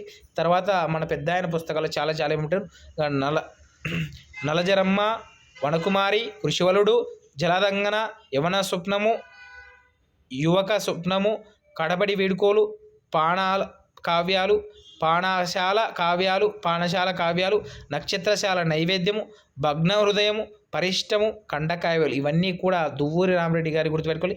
ఖండకావ్యాలు అంటే మనకి ఎవరు గుర్తు రావాలి, గుర్రంజాసవ గుర్తు రావాలి. అదేవిధంగా దువ్వూరి రామిరెడ్డి గారు రచించారు గుర్తుపెట్టుకోవాలి. అక్కడ 7 ఖండకావ్యాలు అయితే మనకు గురజాడ అంటాం, మళ్ళీ చెప్తానండి. ఇక అవి రైట్. ఈయన రచనా శైలి సరళ సుందరంగా ఉంటుంది. ఈయన రచనా శైలి పాత కొత్తల ప్రాక్పశీలమైన కలయికతో అందాన్ని సంతరించుకున్నదని గుర్తుపెట్టుకోవాలి. ఈయన రచన ఎట్లుందని శైలి పాత కొత్తల ప్రాక్పశీల కలయికతో అందాన్ని సంతరించుకున్న శైలి ఎవరిది అంటే దువ్వూరి రామిరెడ్డి గారిది గుర్తుపెట్టుకోవాలి. కవి కోకిల బిరుదాంకితుడు అని గుర్తుపెట్టుకోవాలి. ఓకేనా? ఓకే. తర్వాత భూమిపుత్రుడు అనే పాఠ్యభాగం గురించి చూద్దాం. అనే పాఠ్యభాగం రచించిన కృషివలుడు అనే కావ్యంలోనిది గుర్తుపెట్టుకోవాలి. కృషివలుడు అనేది కావ్య రచన గుర్తుపెట్టుకోవాలి. రైతుల శ్రమజీవనం కష్ట సుఖాలు తెలియజేయడం ఈ పాఠ్యభాగ ఉద్దేశం. దేశానికి పట్టెడనం పెట్టే రైతన్నకు చివరకు తినడానికి తిండి లేదనే కవి వాపోయాడు అని చెప్పేది భూమిపుత్రుడు. తర్వాత ధర్మదీక్ష అనే పాఠ్యభాగం గురించి తెలియజేస్తున్నామండి. ఈ పాఠ్యభాగాన్ని పిలకా గణపతి శాస్త్రి గారు రచించింది. ఈయన తూర్పుగోదావరి జిల్లా కట్టుంగ అనే గ్రామం నుంచి ఇచ్చాడు. బాలమ్మ మల్లగౌడ తల్లిదండ్రులు అని గుర్తుపెట్టుకోవాలి. ఇంకా రచనలు చాలా ఉన్నాయి మనకు, అయితే కొన్ని ఇంపార్టెంట్ ఇచ్చాడు. రత్నాపహారం, మణిదీపిక, ప్రాచీన గాథాలహరి, విశాల నేత్రాలు, కాశ్మీర పట్ట మనిషి, నాగమల్లిక, అందని చందమామ అనే ప్రశంతి రచనలు ఉన్నాయి. ఈయన పిలక గణపతి శాస్త్రి గారు గుర్తుపెట్టుకోవాలి. ఈయన సంస్కృత బెంగాలీ భాష నుండి అనేక రచనలు అనువాదం చేస్తారు గుర్తుపెట్టుకోవాలి. సంస్కృత బెంగాలీ నుంచి అనువాద రచనలు చేశారు. ఈయన రచనా శైలి సులభమైన అలంకార శైలి ఎవరిదంటే గణపతి శాస్త్రి గారు, పిలకా గణపతి శాస్త్రి గారు. ఈయన తొలి రచన రత్నాపహరణం ఇది తొలి రచన. ఇంకా పాఠ్యభాగం ఏమవుతుందండి, ధర్మదీక్ష అనే పాఠ్యభాగం పిలకా గణపతి శాస్త్రి గారు రచించిన ప్రాచీన గాథాలహరి అనే పుస్తకంలో ఉంది. విద్యార్థుల్లో అన్ని ప్రాణుల పట్ల జాలి, దయ అనే గుణాలు కలిగి ఉండాలనే భావాన్ని పెంపొందించడమే ఈ పాఠ్యభాగ ఉద్దేశము. ఇక ప్రధాన పాత్రలు వచ్చేసి నందిగోపుడు, బుద్ధుడు, బౌద్ధ భిక్షువులను గుర్తుపెట్టుకోవాలి. ఇక చివరిగా 10వ తరగతి కూడా చాలా చాలా ఇంపార్టెంట్. ఒకసారి చూడండి, ఎందుకంటే ప్రశ్నలు అడగడానికి అయితే అవకాశం ఉంది. కవులు, పాత్ర నేపథ్యాలు కూడా. ఇక మాతృభావన అనున్నది ఎవరు రచించారు అంటే పద్య ప్రక్రియకు స్త్రీల పట్ల గౌరవంను గడియారం వెంకటశేష శాస్త్రి గారు రచించారు. 2 అమరావతి అనే పాఠ్యభాగాన్ని వ్యాస ప్రక్రియకు సంబంధించినది. సాంస్కృతిక వైభవము రచయితల బృందం రచించడం జరిగింది. జానపదుని జాబు అనేది లేఖా ప్రక్రియకు శ్రమ పట్ల గౌరవం బోయి భీమన్న గారు రచించారండి. వెన్నెల వచ్చేసి పద్య ప్రక్రియకు చెందింది. ప్రకృతి వర్ణ ఎర్రన మహాత్యుడు. తర్వాత ధన్యుడు అనే పాఠ్యభాగాన్ని కథా ప్రక్రియ ద్వారా విలువలు పెంపొందించే విధంగా చిన్నయ్య సూర్య గారు రచించడం జరిగింది. శతక మధురిమ వివిధ కవులు ఆల్రెడీ నైతిక విలువలు పద్య ప్రక్రియకు చెందినది. మా ప్రయత్నం వచ్చేసి పీఠికా ప్రక్రియకు చెందినది. శ్రీ సాధికారత ఓల్గా వసంత కల్పన అనే కవిత్రి బృందం రచించడం జరిగింది. ఇక సముద్ర లంఘనం వచ్చేసి ప్రబంధ పద్యము వర్ణన అయ్యలరాజు రామభద్రు గారు రచించడం జరిగింది. మాణిక్య వీణ వచ్చేసి వచన కవిత. సామాజిక స్పృహ విద్వాన్ విశ్వం గారు రచించడం. గోరంత దీపాలు కథా సామాజిక సేవ మానవ సంబంధాలు పులికంటి కృష్ణారెడ్డి గారు రచించింది. భిక్ష పద్యం వచ్చేసి పద్యాపరికి చెందినది. మానవ స్వభావం నుంచి శ్రీనాథ మహాత్ముడు చెప్పినది. చిత్రగ్రీవం వచ్చేసి అనువాద కథ శాస్త్రీయ పరిశీలన ధనగోపాల్ ముఖర్జీ గారు. ఇక రామాయణం వచ్చేసి ఉపవాచకం అండి, ఇది ఇతిహాస కథా ప్రక్రియకి చెందిన సంస్కృతిక విలువలు. తర్వాత వాల్మీకి రామాయణంలో సంక్షిప్త వచన రూపంలో రచించడానికి గుర్తుపెట్టుకోవాలి. ఇక ఒక్కొక్క పాఠ్యాంశం గురించి అయితే తెలుసుకుందాం. ఇక మాతృభావన అంటే పాఠ్యభాగం చారిత్రక పద్య కావ్యం అండి. దీన్ని గడియారం వెంకట శాస్త్రి గారు రచించారు. ఈయన చాలా బుక్స్ అయితే రచించారు, కొన్ని చాలా ఇంపార్టెంట్ మాత్రం ఇక్కడ ఇవ్వడం జరిగింది. ఈయన కడప జిల్లా జమ్మలమడుగు తాలూకా నెమ్మలదిన్నె గ్రామంలో జన్మించాడండి. ఇక ఈయన జనకులు నరసమాంబ రామయ్య గారు. బిరుదులు వచ్చేసి కవితా పతంస, కవిసింహ, అవధాన పంచానన అనే బిరుదులు గారు. కవితా పతంస, తర్వాత కవిసింహ, అవధాన పంచాసన అనే బిరుదులు గలవు. కవితా శైలి చూద్దామండి. మధుర కవితా నిర్మాణం, అతి మధురం అని గుర్తుపెట్టుకోవాలి. అతి మధురం లేదా మధుర కవితా నిర్మాణం ఎవరిదండి? మన గడియారం వెంకటేశ్వర శాస్త్రి గారి దాన్ని గుర్తుపెట్టుకోవాలి. తర్వాత ఈయన రచనలు వచ్చేసి శ్రీ శివభారతం, మురారి, పుష్పబాణ విలాసము, రఘునాథీయము, మల్లికామారుతము, వాస్తు జంతి, అముద్ర వచన రచన అండి. శ్రీనాథ కవిత్వ సామ్రాజ్యం విమర్శ గ్రంథం అండి. ఇవి ప్రధానంగా 7 పుస్తకాలు ఇవ్వడం జరిగింది. ఇందులో వాస్తు జంత్రి అనేది ప్రింట్ కాలేదని గుర్తుపెట్టుకోవాలి. ఇంకా శ్రీనాథ కవితా సామ్రాజ్యం విమర్శన గ్రంథం ఎవరిదంటే కూడా మన గడియారం వారిదని చెప్పవచ్చు. ఇక ఈయన దుర్భాగ రాజశేఖర శతావధాని గారితో కలిసి కొన్ని కావ్య నాటకాలు కూడా రచించారు. గడియారం వారి పేరు చెప్పగానే శ్రీ శివభారతము కావ్యం గుర్తుకొస్తుంది. శ్రీ శివభారతం అంటే చాలా చాలా ఇంపార్టెంట్, చాలా మంచి పుస్తకం కూడా. ఒకసారి చదవాలని వీలుంటే చదవండి. ఇక పారతంత్రాన్ని నిరసించి స్వతంత్ర కాంక్షను అణువణువున రగిలిపే మహాకావ్యమే శ్రీ శివ భారతం అని గుర్తుపెట్టుకోవాలి. పాఠ్యభాగ నేపథ్యానికి వచ్చినట్లయితే మాతృభావన అనే పాఠ్యభాగం గడియారం వెంకట శాస్త్రి రచించిన శివ భారతం అనే తృతీయ ఆశ్వాసంలోనిది. పరస్త్రీలు తల్లులతో సమానము, స్త్రీలకు సముచిత గౌరవం ఇవ్వాలని తెలియజేయడమే ఈ పాఠ్యభాగ ఉద్దేశం. ఈ పాఠ్యభాగం ప్రధాన పాత్రలు శివాజీ, అబ్బోజీ సోనదేవుడు. వీళ్ళు మంచిగా ఈ చేయడం జరిగింది. అబ్బోజీ సోనదేవుడు మొదటి దండయాత్రలో కళ్యాణి దుర్గం జయించాడు, గుర్తుపెట్టుకొని. అబ్బాజీ సోనదేవుడు మొదటి దండయాత్ర ఏ పట్టణాన్ని గెలిచాడు? కళ్యాణి దుర్గాన్ని జయించాడని గుర్తుపెట్టుకోవాలి. 2 అమరావతి అని ఇది రచయితల బృందం రచించారు. ఇది వ్యాస ప్రక్రియకు దీంట్లో నేపథ్యం చాలా ఇంపార్టెంట్, చూద్దామండి. అమరావతి అనే పాఠ్యభాగం ఆంధ్ర చారిత్రక నూతన రాజధాని అమరావతి వైభవాన్ని సంబంధించినది. రచయితలు ప్రస్తుత వ్యాసంలో అమరావతి వైభవాన్ని చారిత్రక నేపథ్యాన్ని కళ్ళకు కట్టినట్లుగా చెప్పారు. రచయితలు ఆధునిక హంగులతో రూపుదిద్దుకోబోతున్న రాజధాని విశ్వ నగరంగా విరసిల్లే ఆక్షించారు. కళా శిల్పకళ పరిశోధనలు విశిష్ట నైపుణ్యం గల ఫెర్గుసన్ ప్రపంచ శిల్ప సంపదలో అమరావతి శిల్పాలు అత్యున్నత శ్రేణి ఉన్నాయని తన పరిశోధన పత్రం రుజువుతో పేర్కొన్నాడు అని ఇవ్వడమనేది. రాచరిక వైభోగాలను, భార్య బిడ్డలను వదిలిపెట్టి మానవాళి దుఃఖాన్ని కారణాన్ని అన్వేషించడానికి బయలుదేరిన సిద్ధార్థుడు బుద్ధగయంలోని బోధ వృక్షం కింద జ్ఞానం పొందాడని, సమస్త దుఃఖాలకు కారణం కోరికలను గుర్తించి బుద్ధుడు చతుర్ధ్య సూత్రాలను, దుఃఖ నిరోధకాన్ని, ఆర్య అష్టాంగ మార్గాలు బోధించాడు. బుద్ధుని బోధనలంటివి కలిపి ఆయన మహాపరినిర్వాణం తర్వాత త్రిపీఠకముల ద్వారా బౌద్ధ ధర్మాన్ని ప్రబోధించారని, బుద్ధుని శిష్యులు దక్షిణ భారతాన అద్భుతమైన అమరారామాన్ని స్థాపించి బౌద్ధ మతాన్ని విశ్వవ్యాప్తంగా చేశాడు. అమరావతి పట్టణమున బౌద్ధులు విశ్వవిద్యాలయాలు స్థాపించినాడు అనే గేయకర్త తెలియజేయడం జరిగింది. ఇంకా తర్వాత కొన్ని కొటేషన్స్ ఉన్నాయి. చెయ్యెత్తి జయకొట్టు తెలుగోడా, గతమెంతో ఘనకీర్తి కలవోడా అన్న గేయకర్త వేముల శ్రీకృష్ణ గారు, గుర్తుపెట్టుకోవాలి. వేముల శ్రీకృష్ణ గారు చాలా చాలా చాలా ఇంపార్టెంట్, అడగటానికి కూడా అవకాశం ఉంది. చెయ్యెత్తి జయకొట్టు తెలుగోడా, గతమెంతో ఘనకీర్తి కలవోడ అనేది వేముల శ్రీకృష్ణ గారిది. ధన్య కటకము తెలుగు రాజులైన శతవాహనుల రాజధాని. ధాన్య కటకములు ధరణికోట అని కూడా పిలుస్తారు. ధరణికోట కాలాక్రమంగా అమరావతి అని గుర్తుపెట్టుకోవాలి. అమరావతి పాత పేరేంటి? ధరణికోట అని గుర్తుపెట్టుకోవాలి. అలనాటి అమరారామమే నేటి అమరావతి, ఇది కూడా పేరు గుర్తుపెట్టుకోవాలి. నెక్స్ట్ జానపదుని జాబు అనేది మన బోయి భీమన్న గారు రచించారు. ఇది లేఖా ప్రక్రియకు చెందినది. ఈయన తూర్పుగోదావరి మామిడి కుదురుకు చెందినవారు. పద్మశ్రీ పద్మభూషణ్ పురస్కారాల కవి, గొప్ప దళిత కవిగా పొందినవారు బోయి భీమన్న గారు. ఈయన మస్తు పుస్తకాలు రచించారు. అందులో గొప్పగా చూద్దాం. పాలేరు నాటకం అండి, గుడిసెలు కాలిపోతున్నాయి, ఉషారులు, జానపదుని జాబు, రాగవైశాఖి, పిల్లి శతకం ఎవరిదండి? మన బోయి భీమన్న గారి గురించి. ధర్మం కోసం పోరాటం, ఇవన్నీ కూడా ఈయన ప్రధాన రచనలు. ఈనాడు సాహిత్యం అంటే కులం, మతం, వర్గం, ముఠా అని ధైర్యంగా తన మనసులోని మాటను గలం ద్వారా వెలువచ్చిన కవి ఎవరు? బోయ భీమన్న గారు. అంటే ఉన్నది ఉన్నట్లుగా చెప్పిన వ్యక్తి బోయి భీమన్న గారు. తనదైన శైలితో వివిధ సాహితీ ప్రకృతితో బడుగుల జీవితాల గురించి, దళితుల జీవితాల గురించి రచనలు చేపట్టిన చైతన్య శైలి బోయి భీమన్న గారు.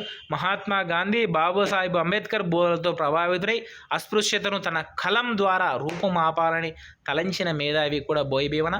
ఈయన స్వాతంత్రోద్యమ సమయంలో క్విట్ ఇండియా ఉద్యమంలో పాల్పంచుకున్నారు. ఈయన రాసిన పాలేరు నాటకం ఎంతోమంది పేదల దళితుల కుటుంబాలు వెలుగులు నింపింది అని గుర్తుపెట్టుకోవాలి. పాలేరు గుడిసెలు కాలిపోతున్నాయి రచనకు 1975లో సాహిత్య అకాడమీ అవార్డు, ఆంధ్ర విశ్వవిద్యాలయం ద్వారా కళాప్రపూర్ణ అనే బిరుదు కూడా మన పెద్ద ఆయనకు దొరికింది. భారత ప్రభుత్వం ఈయనకు 1973లో పద్మశ్రీ, 2001లో పద్మభూషణ్ పురస్కారాలు ఇవ్వడం జరిగిందని గుర్తుపెట్టుకోవాలి. ఇయర్స్ కూడా చాలా ఇంపార్టెంట్. 1973 పద్మశ్రీ, 2001 పద్మభూషణ్ పురస్కారాలు గుర్తుపెట్టుకోవాలి. పాఠ్య భాగ నేపథ్యం వచ్చేసి జానపదుని జాబు అనే పాఠ్య భాగం బోయి భీమన్న రచన. జానపదుని జాబులు అనే లేఖా సంపుటిలోనిది. ఈ పాఠ్య మొత్తం తూర్పుగోదావరి జిల్లా యాసలో సాగుతుందని గుర్తుపెట్టుకోవాలి. నెక్స్ట్ వెన్నెల. వెన్నెల పద్య ప్రక్రియకు చెందినది ఎర్రన్న ప్రగడ, ఎర్రన్న గారు రచించారండి. ఈయన 14వ శతాబ్దం చెందినవారు. పాతమాంబిక సూరాసనారిలో గారి సంతానం. తర్వాత గురువు శంకరస్వామి. శంకరస్వామి. ఇంకా ఆస్థానం ఎవరు? దాంట్లో పోల వేమారెడ్డి ఆస్థానంలో ఉన్నాడు. అద్దంకి సంస్థానం వీళ్ళది. అద్దంకి సంస్థానస్తులు పోల వేమారెడ్డి గారి ఆస్థానంలో ఉన్నవారు ఎర్రన్న గారు గుర్తుపెట్టుకోవాలి. ఈయన బిరుదులు ప్రధానంగా 2 ఉన్నాయండి. శంభుదాసుడు, ప్రబంధ పరమేశుడు. ఎందుకంటే ఈయన ప్రబంధాలు ఎక్కువ రచించాడు కాబట్టి ఆ బిరుదు రావడం జరిగింది, గుర్తుపెట్టుకోవాలి. ఇక తర్వాత కవిత అసలు సూక్తి వైచిత్రి గుర్తుపెట్టుకోవాలి. సూక్తి వైచిత్రి గుర్తుపెట్టుకోవాలి. ఈయన రచనలు రామాయణము, హరివంశము, భారతారణ్య పరవశేషము, తర్వాత నరసింహ పురాణం గుర్తుపెట్టుకోవాలి. రామాయణము, హరివంశం, నరసింహ పురాణము, భారతారణ్య పరవశేషం అంటే మన నన్నయ్య గారు రచించిన చివరి దాంట్లో ఉంది కదా భారత అరణ్య పర్వంలో, దానిలో సగం భాగం ఈయన రచించాడని గుర్తుపెట్టుకోవాలి. ఇంకా కవిత్రకులు ఎర్రన్న మూడవాడు. ఎర్రన్న తన రామాయణం, హరివంశ కావ్యాలను పోల వేమారెడ్డికి గుర్తుపెట్టుకోండి. హరివంశము, రామాయణము ఎవరికి? పోల వేమారెడ్డి గారికి. ఎర్రన్న తన భారతాన్ని రాజరాజేంద్ర నరేంద్రునికి అంకితం ఇవ్వడం జరిగింది, గుర్తుపెట్టుకోవాలి. ఎర్రన్న తన నరసింహ పురాణాన్ని అహోబిల నరసింహస్వామికి అంకితం ఇచ్చాడు. ఎర్రన్న రచనలో వర్ణలు అధికంగా ఉంటాయని గుర్తుపెట్టుకోవాలి. ఎర్రన్న తదనంతరం కాలంలో కవుల వర్ణలకు ఎర్రన్న వర్ణలే ప్రేరణ ఇచ్చాయని గుర్తుపెట్టుకోవాలి. ప్రబంధ లక్షణాలైన అష్టాదశ వర్ణాలలో ఇంచుమించుగా అన్ని వర్ణాలు నరసింహ పురాణంలో కనిపిస్తాయి, గుర్తుపెట్టుకోవాలి. అష్టాదశ వర్ణాలు అంటే 18 అండి. అష్ట అంటే 8, దశ అంటే 10, 18 వర్ణాలలో కనిపించిన ఏకైక గ్రంథం ఏది? నరసింహ పురాణం గుర్తుపెట్టుకోవాలి. ఎర్రన్న ప్రబంధ పరమేశ్వరుడు అంటారు, అందుకే ఇతని శివభక్తి పరమశాన్ని శంభుదాసుడుగా పేరుగాంచారు. ఈయన పరమశివభక్తుడు కాబట్టి శంభు అంటే శివుడయ్య, శంభుదాసుడు అని గుర్తుపెట్టుకోవాలి. ఎర్రన్న రచన ప్రభావంతో పోతన మీద ఉన్నందర విమర్శకులు భావిస్తారు, గుర్తుపెట్టుకోవాలి. ఎర్రన్న గారు చూసి పోతన గారు నేర్చుకున్నారని చెప్పవచ్చు, గుర్తుపెట్టుకోవాలి. వెన్నెల అంటే పాఠ్యభాగం ఎర్రన్న రచించిన నరసింహ పురాణం తృతీయ ఆశ్వాసంలోనిది. హిరణ్యకశ్యపుడు వన విహారం చేసే సందర్భంలో వసంత ఋతువును, సమయాన్ని, చంద్రోదయాన్ని కవి వర్ణించిన ఘట్టంలోనిదని గుర్తుపెట్టుకోవాలి. హిరణ్యకశ్యపుడుతో. ఓకే, ఇది తెలుగులో సంబంధించి. నెక్స్ట్ ధన్యుడు పాఠ్యభాగం అండి. ఇది కథా ప్రక్రియకు పరావస్తు చిన్నయ్య సూరి గారు రచించారు. ఈయన తమిళనాడులోని చెంగల్పట్టు శ్రీపెరంబూరు సూరి వారు. ఈయన బిరుదు వచ్చి సూరి. ఈయన పేరు యాక్చువల్గా పరావస్తున్నయ్య, కానీ ఈయనకు వచ్చిన పేరు సూరి అని గుర్తుపెట్టుకోవాలి. ఇంకా తర్వాత ఈయన రచనలు చాలా ఉన్నాయి. అందులో ప్రధానమైనవి అక్షరగుచ్చము, ఆద కాందాబరి, పద్యాంబ వ్యాకరణము, సూతాంధ్ర వ్యాకరణం, శబ్దలక్షణ సంగ్రహం, బాల వ్యాకరణం, నీతి చంద్రిక. గుర్తుపెట్టుకోవాల్సిన విషయం నీతి చంద్రిక. ఇక్కడ నీతి చంద్రిక అంటే ఏంటి అంటే మిత్రలాభం, మిత్రభేదం అనే 2 పుస్తకాలను, అంటే పంచతంత్రంలోని విష్ణు శర్మ రచించిన పంచతంత్రంలోని మిత్రలాభం, మిత్రభేదం రెండింటిని కలిపి రాశాడు, గుర్తుపెట్టుకోవాలి. ఇది తర్వాత సంస్కృతంలో లక్ష్మీనారాయణ పండితుడు హితోపదేశం నుంచి రచించాడు, గుర్తుపెట్టుకోవాలి. విష్ణు శర్మ పంచతంత్ర ఆధారంగా చిన్నసూరి నీతి చంద్రికను తెలుగులో రచించాడు, గుర్తుపెట్టుకోవాలి. నీతి చంద్రిక గ్రాంధిక వచనంలో ఉంటుందని గుర్తుపెట్టుకోవాలి. ఇక తర్వాత శతక మధురిమ కింద చిన్న కవులు ఉన్నారు, వాళ్ళకి చాలా డీటెయిల్ ఇవ్వడం జరిగింది. అవి ఒకసారి చూద్దాం. ఏనుగు లక్ష్మణ కవి గారు మనకు అందరికీ తెలుసు. సుభాషిత రత్నావళి, రామేశ్వర మహత్యం, విశ్వామిత్ర చరిత్ర, గంగా మహత్యం, రామ విలాసం గుర్తుపెట్టుకోవాలి. సుభాషిత త్రిశతి 7వ శతాబ్దం చెందిన వ్యక్తి రచించాడు అని గుర్తుపెట్టుకున్నాం. తర్వాత సుభాషిత రత్నావళి ఏనుగు లక్ష్మణ గారి గారు. తరిగొండి వెంగమాంబ గారు వచ్చేసి 18వ శతాబ్దం చెందినవారు. ఈమె తరిగొండ నరసింహ శతకమును, శివనాటకము, యక్షగానమును, నరసింహ విలాసకథ యక్షగానమును, రాజయోగామృతం దివ్యపద ద్విపద కావ్యంను, శ్రీ వెంకటాచల మహత్యం పద్యకావ్యాన్ని, అష్టాంగ యోగాసారం పద్యకావ్యాన్ని, విశిష్ట రామాయణం అనే పద్యకావ్యాన్ని రచించిన వారు తరిగొండ వెంగ బాంగారు గుర్తుపెట్టుకుని. వడ్డాది సుబ్బరామ కవి గారు 20వ శతాబ్దం. ఈయననే వసురామకవి, వడ్డాది సుబ్బరామ కవి లేదా వసురాయ కవి అంటారని గుర్తుపెట్టుకోవాలి. ఈయన ప్రధానంగా భక్త చింతామణి శతకాన్ని రచించిన వారు వడ్డాది సుబ్బరాయ కవి గారు గుర్తుపెట్టుకోవాలి. భక్త చింతామణి శతకము. ఓకే. వేణు సంహారం, వేణి సంహారం వచ్చేసి నాటకము, ప్రబోధ చంద్రోదయం నాటకము, సంధాన నందనందన శతకం గుర్తుపెట్టుకోవాలి. ఇక్కడ శతకం వచ్చిందండి. నందనందన శతకం అన్న, భక్త చింతామణి శతకం అన్న వసురాయ కవి లేదంటే వడ్డాది సుబ్బారావు కవి గుర్తుపెట్టుకోవాలి. భగవత్ కీర్తనలు కూడా ఆయనవే. తర్వాత మారుత వెంకయ్య గారు భాస్కర శతకం అండి. కంచర్ల గోపన 17వ శతాబ్దం. దాశరథి శతకము, దాశరథి కీర్తనలు. దూర్జటి మనకందరికీ తెలుసు. శ్రీకాళహస్తి మహత్యము శతకము 2 కూడా. బద్దెన సుమతి శతకం. నీతి శాస్త్ర ముక్తావళి కూడా ఎవరు రచించారు? బద్దెన గారిది అని గుర్తుపెట్టుకోవాలి. ఈయనవి కూడా 2 ఉన్నాయి, చాలా చాలా ఇంపార్టెంట్.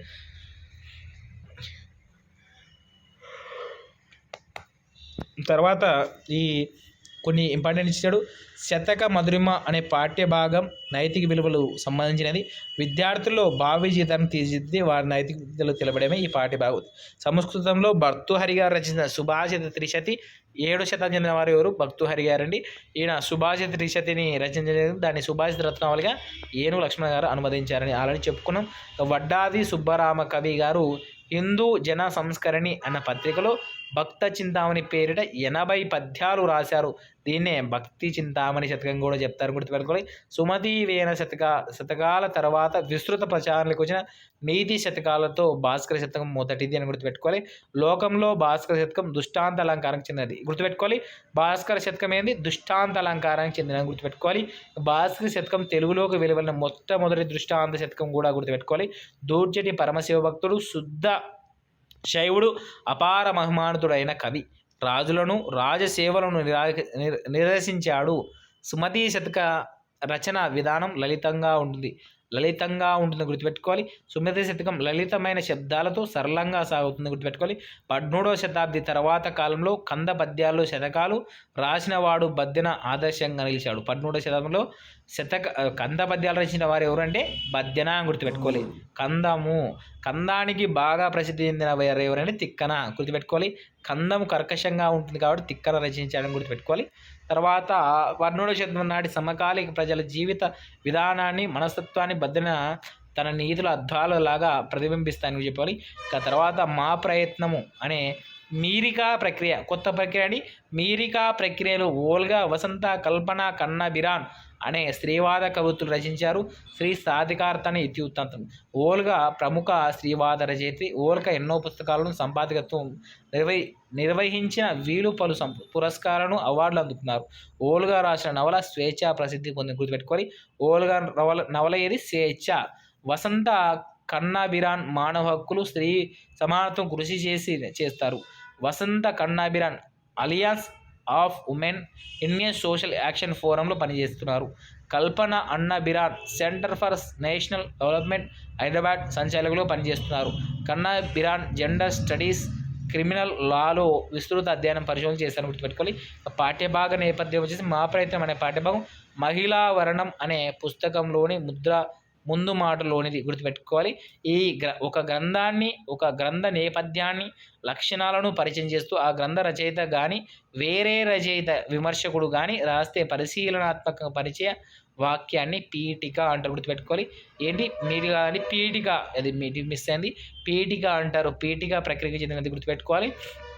దీనికి మరో పేరు ముందు మాట, ప్రస్తావన, తొలి పలుకు, మున్నుడి, అముఖము మొదలైన పేర్లు గుర్తుపెట్టుకోండి. ఒక్కోసారి అడగడానికి అయితే అవకాశం ఉంటుంది. పీఠికకు మారు పేర్లు ముందు మాట, ప్రస్తావన, తొలి పలుకు, మున్నడి, అముఖం మొదలైన పేర్లు గలవు. మహాకవి శ్రీశ్రీ మనస్థానానికి చలం గారు యోగతాపత్రం అనే పేరు కూడా పెట్టారని గుర్తుపెట్టుకోవాలి. యోగతాపత్రం అంటే కూడా ముందు మాట అని గుర్తారు.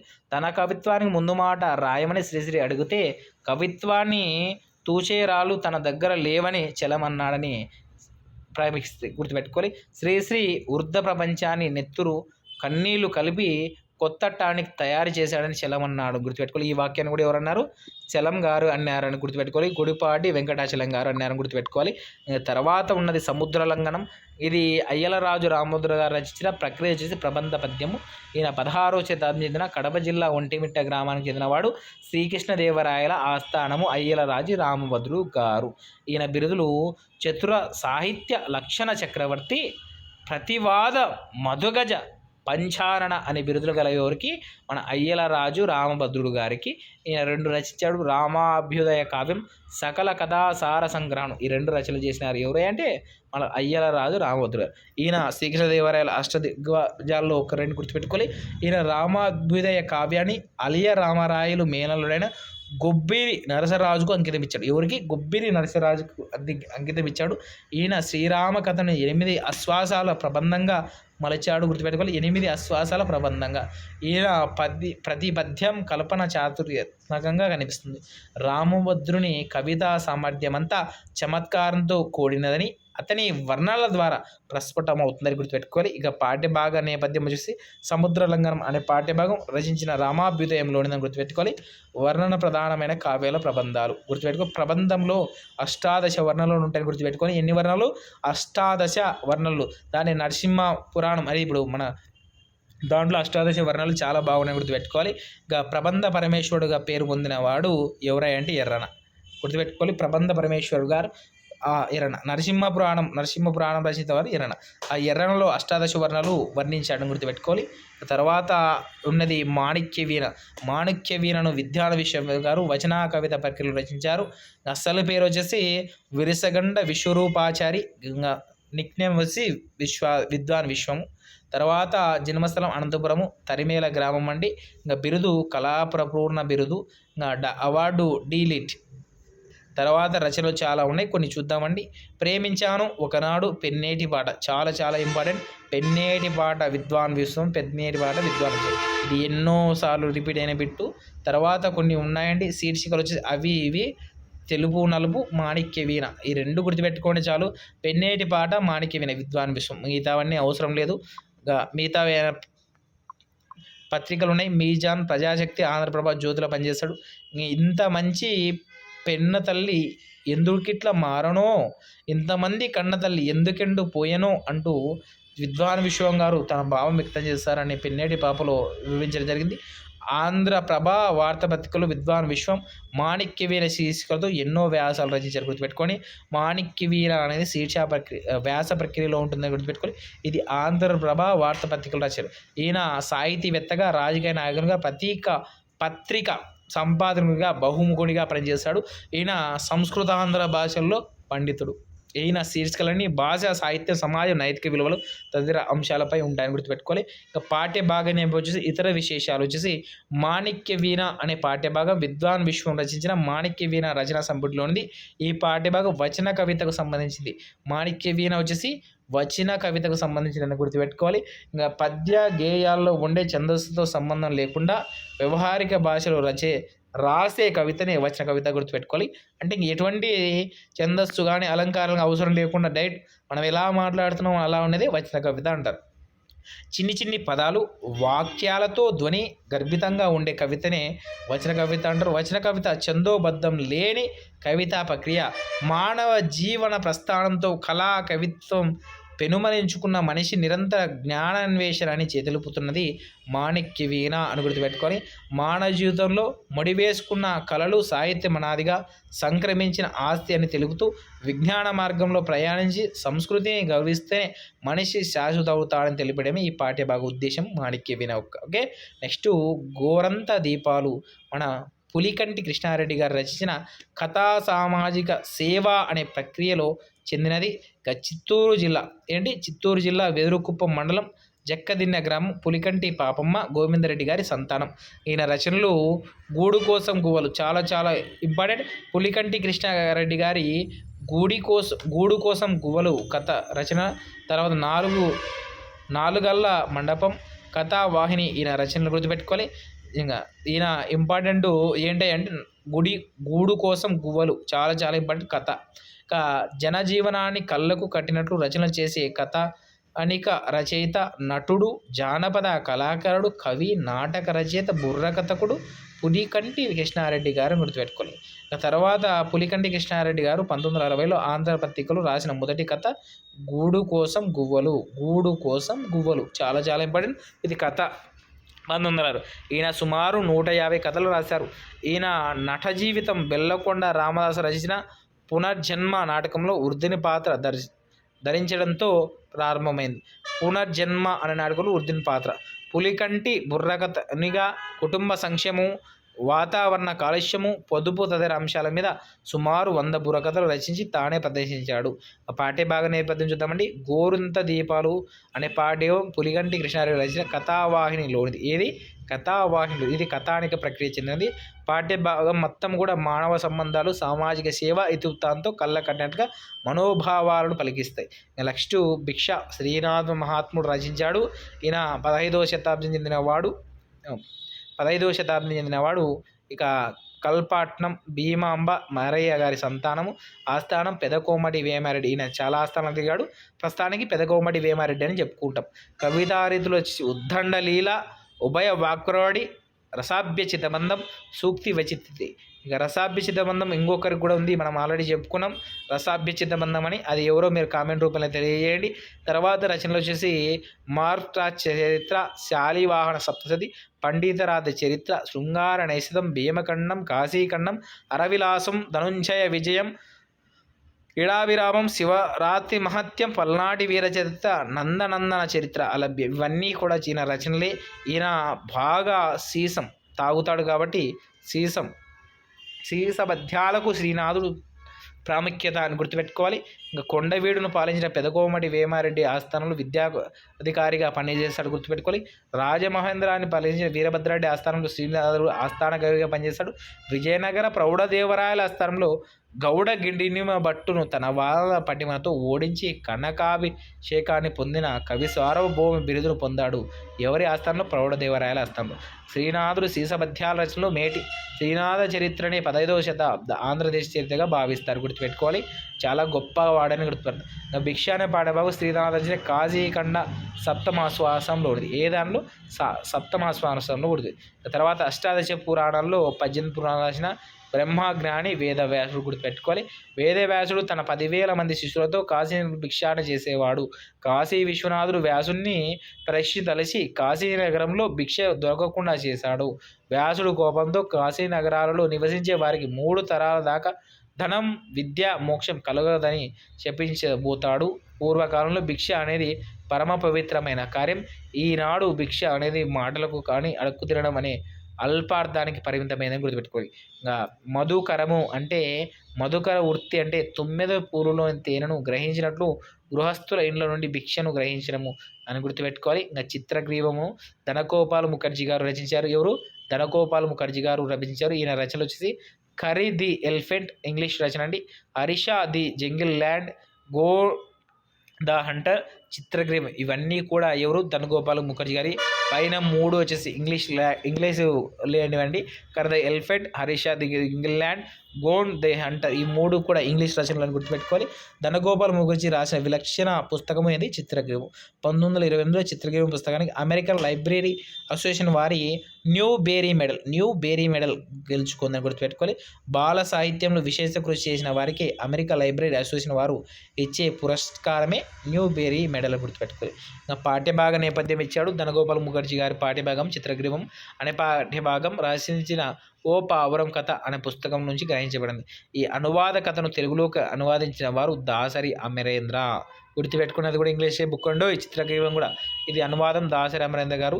చిత్రగ్రీవం అనే అనువాద కథను నేషనల్ బుక్ ట్రస్ట్ ఇండియా సంస్థ వారిచే ప్రచురించారు. చిత్రగ్రీవం అనేది ఒక పెంపుడు పావురం పేరు. ఓకే, ఈ పాఠం పక్షులకు సంబంధించిన శాస్త్రీయ విజ్ఞానానికి అందిస్తున్నారు గుర్తుపెట్టుకోవాలి.